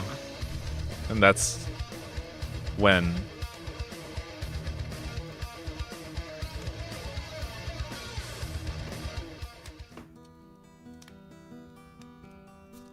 on the ground you see something that you never thought you would. in full armor, on the ground, barely breathing, covered in a pool of blood. You see Riv. Oh god, I rushed to her. I put my arm like under her neck and raise her up and slide up the shield, the mask of her helmet. She it's bad. It looks like she's been coughing blood. It's just blood all over her lower mouth. And she says, aren't you aside for sore eyes? What took you so long? She looks really pale. I'm in so much shock that I almost like I don't even hear what she said, and I'm just panicking. I don't know what to do. I remember like the potion. I don't know how much it's gonna even do. It's so little. I'm shaking and I'm pouring the potion wherever it needs to go. I guess just anything at all. She says,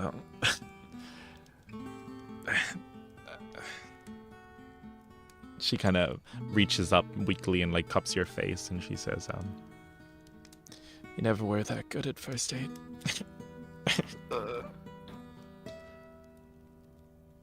Kuro, I probably should have taken your advice, huh?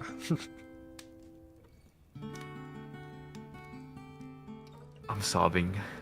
Just words can't form through my mouth. I never in any time when I think this was even like a scenario that would even come up in nightmares. She kind of weakly wipes away a tear using her thumb and says, I don't regret it though. Kuro, even if this happened, I think we did a lot of good. Took people off the streets. We sure did. And I'm like shaking my head, sobbing. She says, please don't let this be how we were remembered. Don't let them ruin our family's name.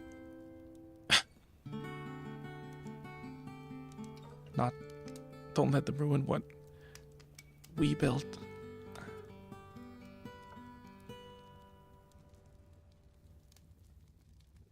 And she says, sorry, Karen. Yeah, I'll hold on to her like tightly, and I'm just listening to what she has to say. And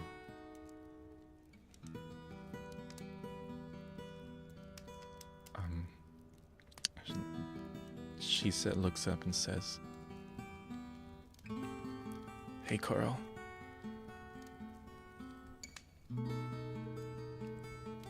Congrats on your promotion. She slowly places her hand on your shoulder. You're the boss now. I expect great things from my predecessor. Cough.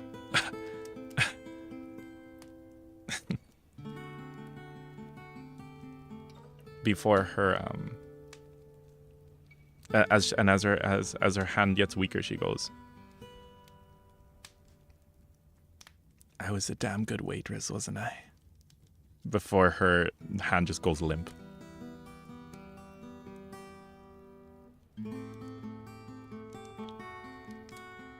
I put the hand that is not lifting her up from the arm that's not like behind her neck. Yeah. And I put it on her right cheek, and I say, for the first time that I arrived in this world, you gave me a sense of belonging. You gave me everything.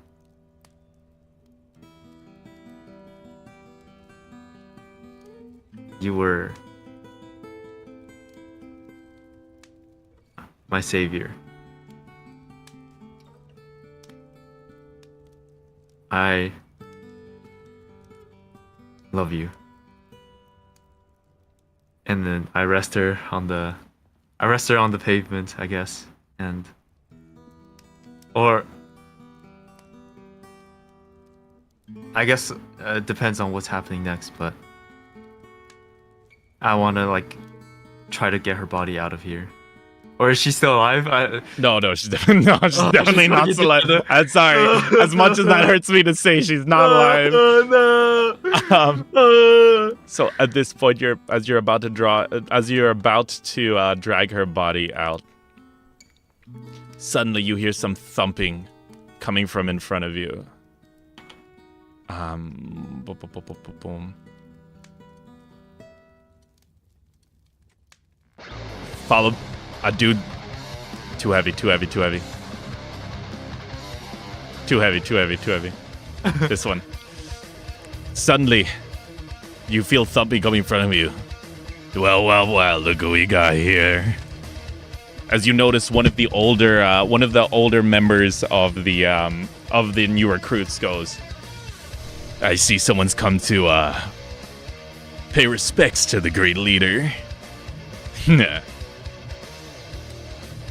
He's kind of looking at you. He's kind of this is a guy. His name is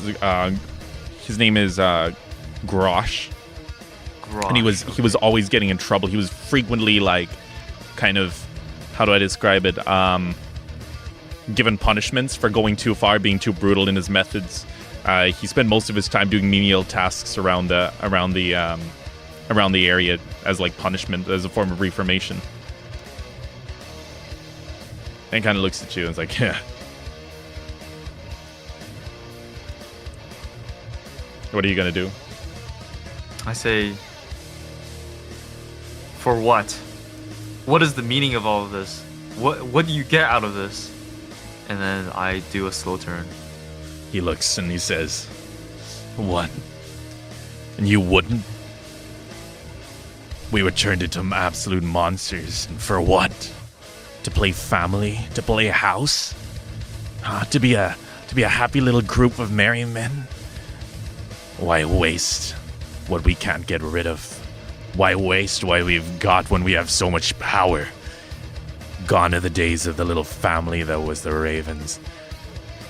Now is the dawn of the orcs.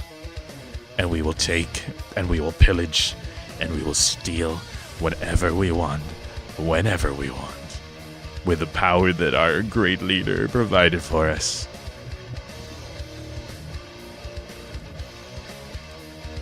You'll do no such thing. Oh.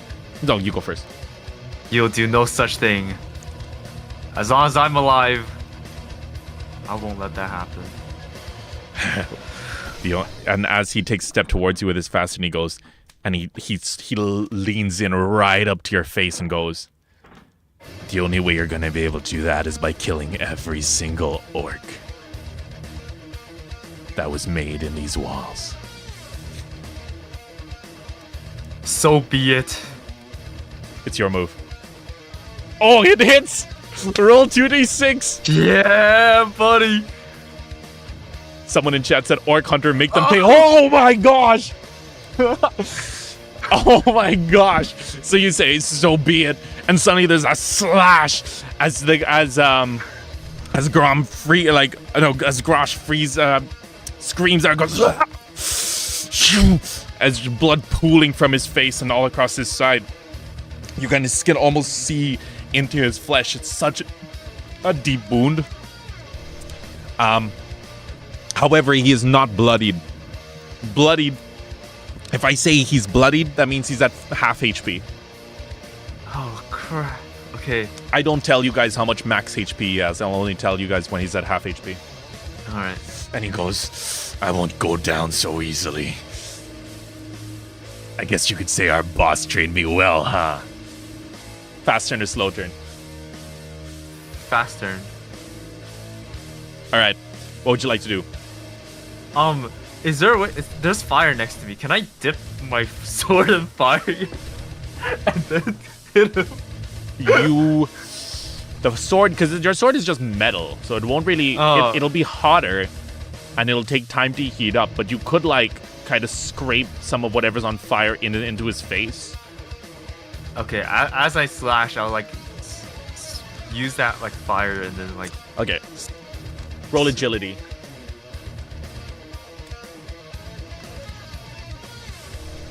Perfect. Oh. So at this point, I will say you can't do damage, but this is just as good. So do you want to just go ahead with this instead of doing... Sure. So you like as he's like wiping the blood from his face, you reach your sword back behind you, and he goes, "Oh, what's that? You dropping your guard already? I thought you knew better." Followed by a and with a flick of your wrist, some of the flaming tapestries are like flicked onto his face as he starts screaming and thrashing about. He is now being where's the Shadow over there in this? Where is Shadow Darkness? Okay. So, he is basically, I guess the description is, he's now panicking and his eyes are like burning. He now takes a -3 on any perception roll. And -3 Banes on any perception roll for 1 minute. Okay. So what do you do now? He's basically blind. I guess I just attack. Alright. Oh, actually, that was your fast turn. So he's going to take a fast turn. Oh, right. And because he knows you're still in front of him, he's just going to try and slash straight in front of... 8. He tries to slash, he goes, "You're going to pay for that." As he brings down his sword, but you're able to effortlessly dodge it since he can't see. He's like, "What? Where'd you go?" And he starts like trying to look around. Your move. Fast turn to slow turn. So he doesn't know where I am anymore? Nope. But he's gonna guess you're kind of in front of him, but... Yeah.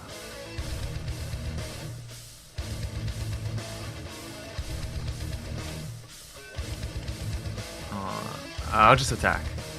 Okay. Are you doing a, was this a slow turn or a fast turn? A fast turn. Okay. Roll to hit. You have a boon?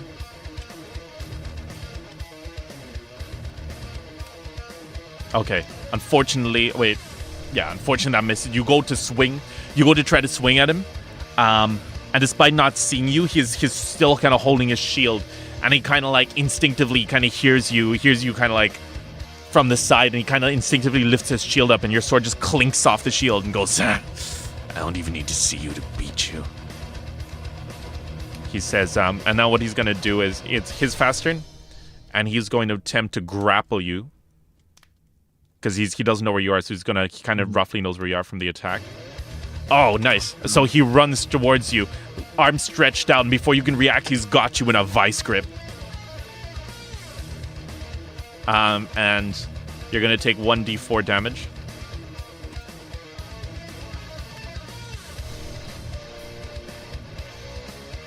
You take 1 damage.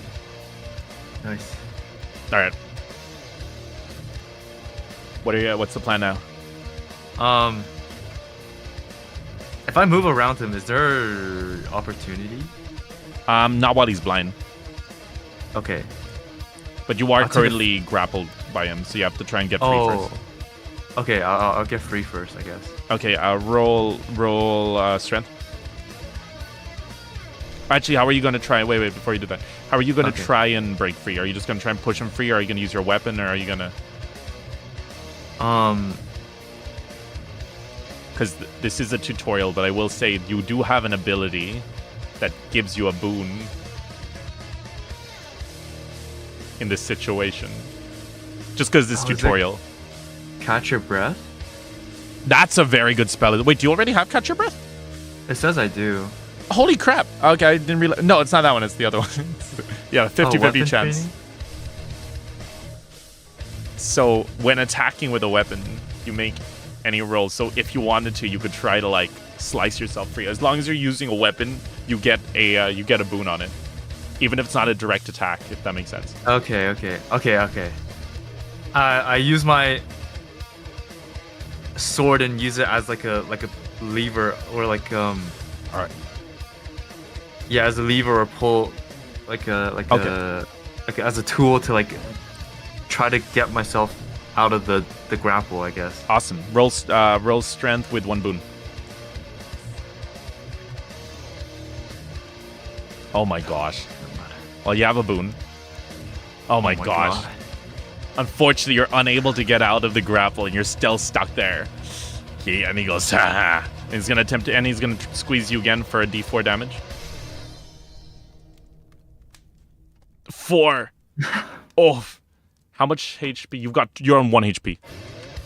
Wait, I have 17 HP though. Oh, you have 17? Oh, okay, yeah, you don't have 1. You're good. Okay.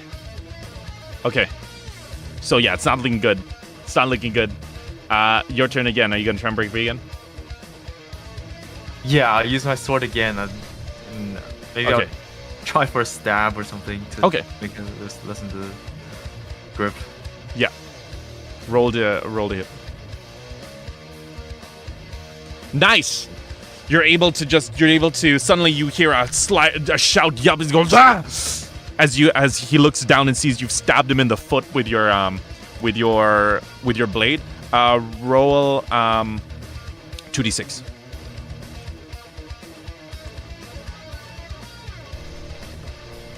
Okay. 10 damage.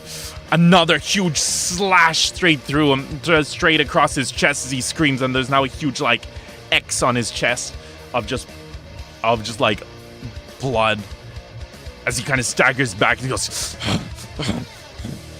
and suddenly you see kind of like he's breathing a lot heavier and more irregularly. He is now what you would call bloodied.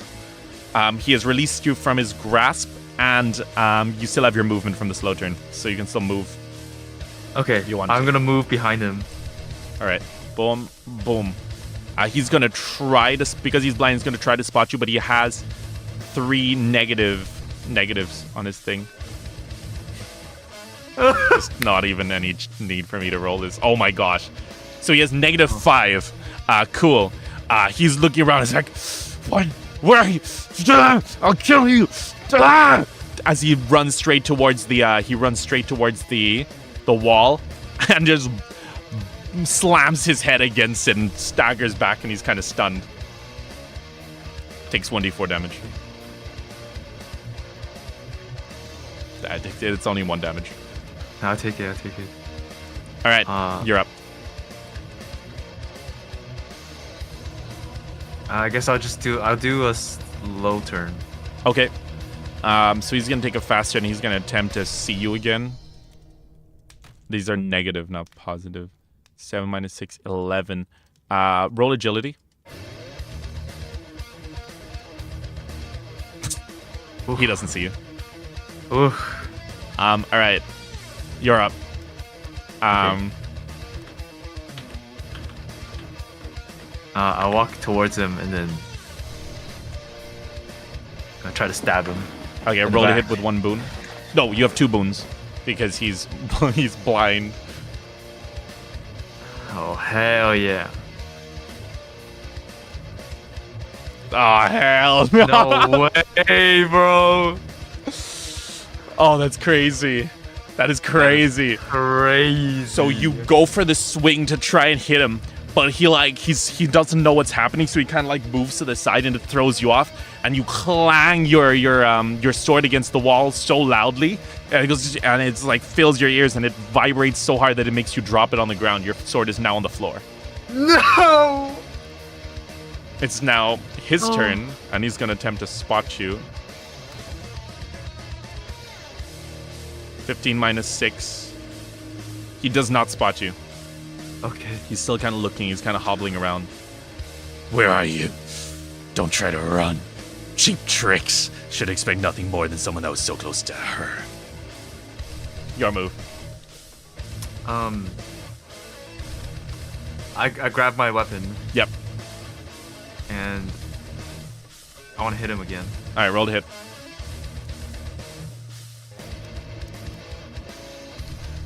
Roll 2d6.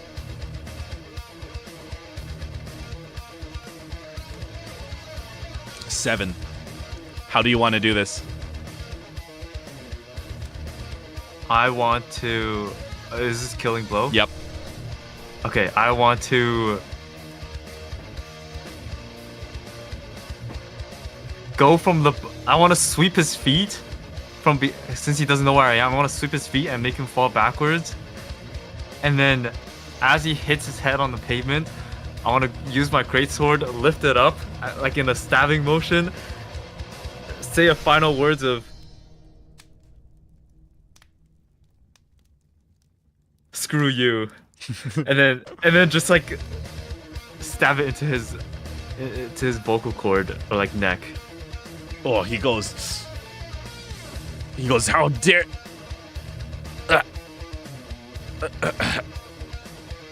And he tries to struggle and pull the blade out, and he's trying, and there's like kind of blood forming on the side of his hand, and he can't before his arms slowly grow weak and fall to the side. And you're back. You turn around and you see Ravina next to you, or like behind you. This dude's also just not alive anymore.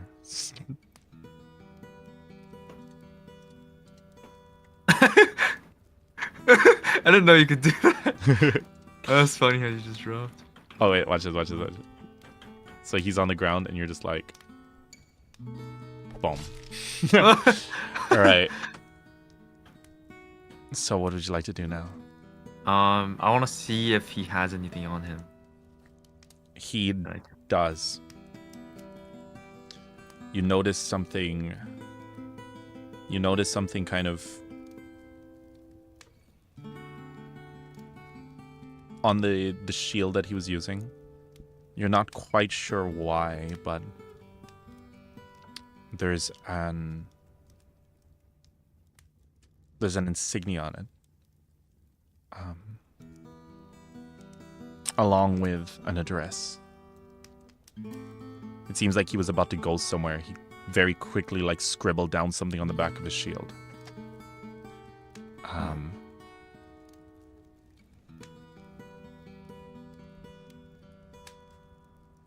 I will take it from him. See what it is, what the insignia is, and where he's going. It seems to look like the symbol of a hawk. No.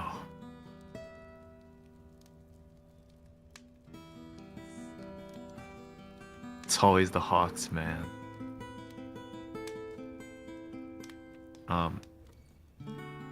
Yeah, I take it. I guess I just take what I can. Mm-hmm. I take the address, and right now my main focus is to take my captain's body with me outside of the base. I'll bring it. I'll leave it over here.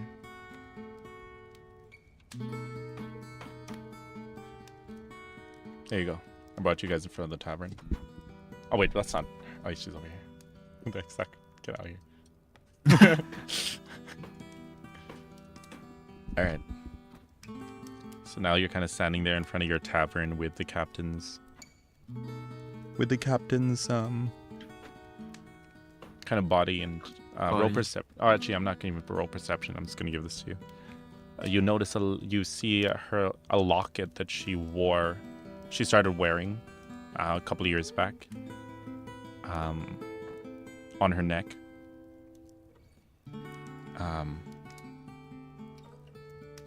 What would you like to do with it? Do you want it? I'd like to open it.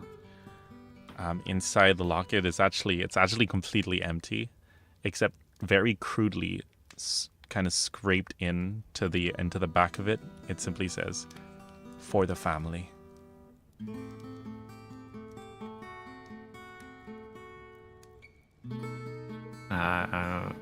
I grab it and I'm shaking. Like my hands are shaking.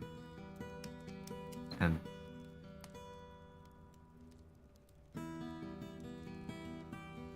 there's nothing I want more right now than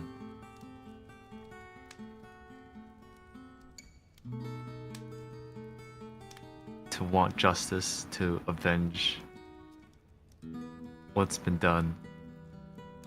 And it feels like the world has changed, my purpose has changed for the first time. Coming to this world and making the tavern, there's a foreign feeling of not wanting to create something, but to destroy something.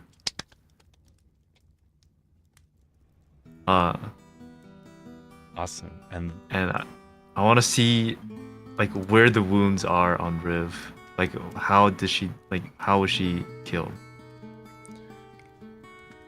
oh, that's so sad. All right, okay, I just finished rolling. Roll perception. Oh, thank God. You kind of analyze her and lift up some of the armor, and you see, I shit you not,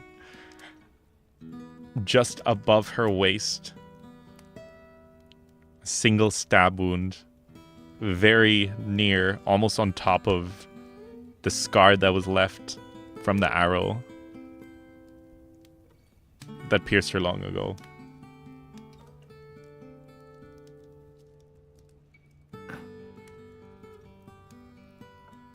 Oh shit. And this is a stab wound. Yeah.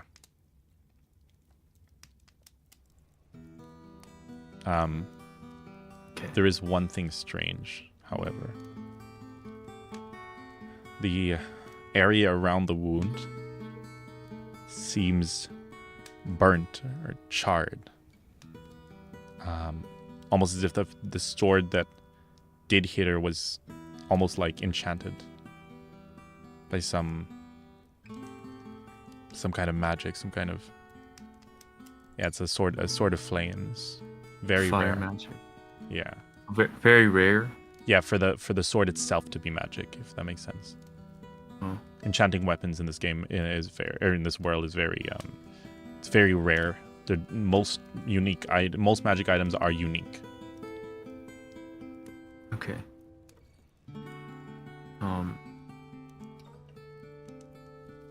I think now I want to, I guess, have her be at peace and just bury her, I guess. Somewhere that, you know, holds memories.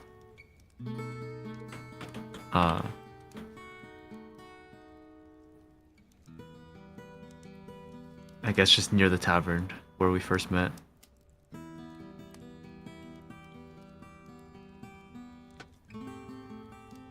But somewhere where it wouldn't get like it would be obscure and not be found. All right, let's. And I'll take the locket too. All right. So put it like here for now.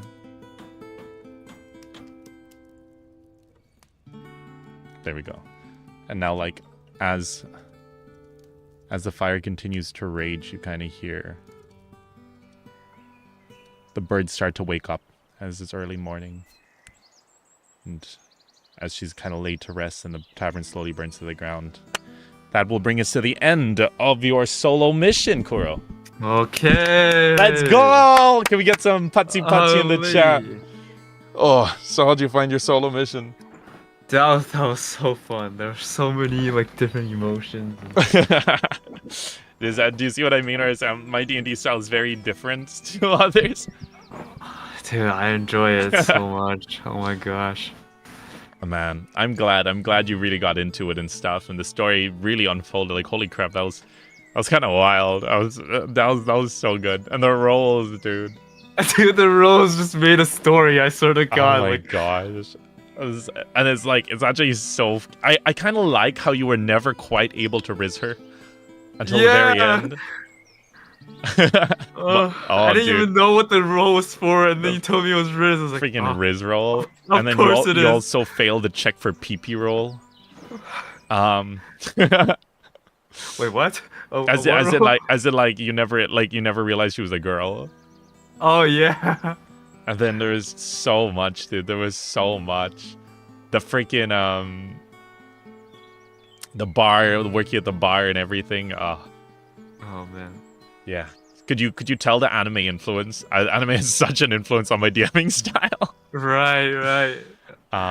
This is like the start of freaking like Berserk or something.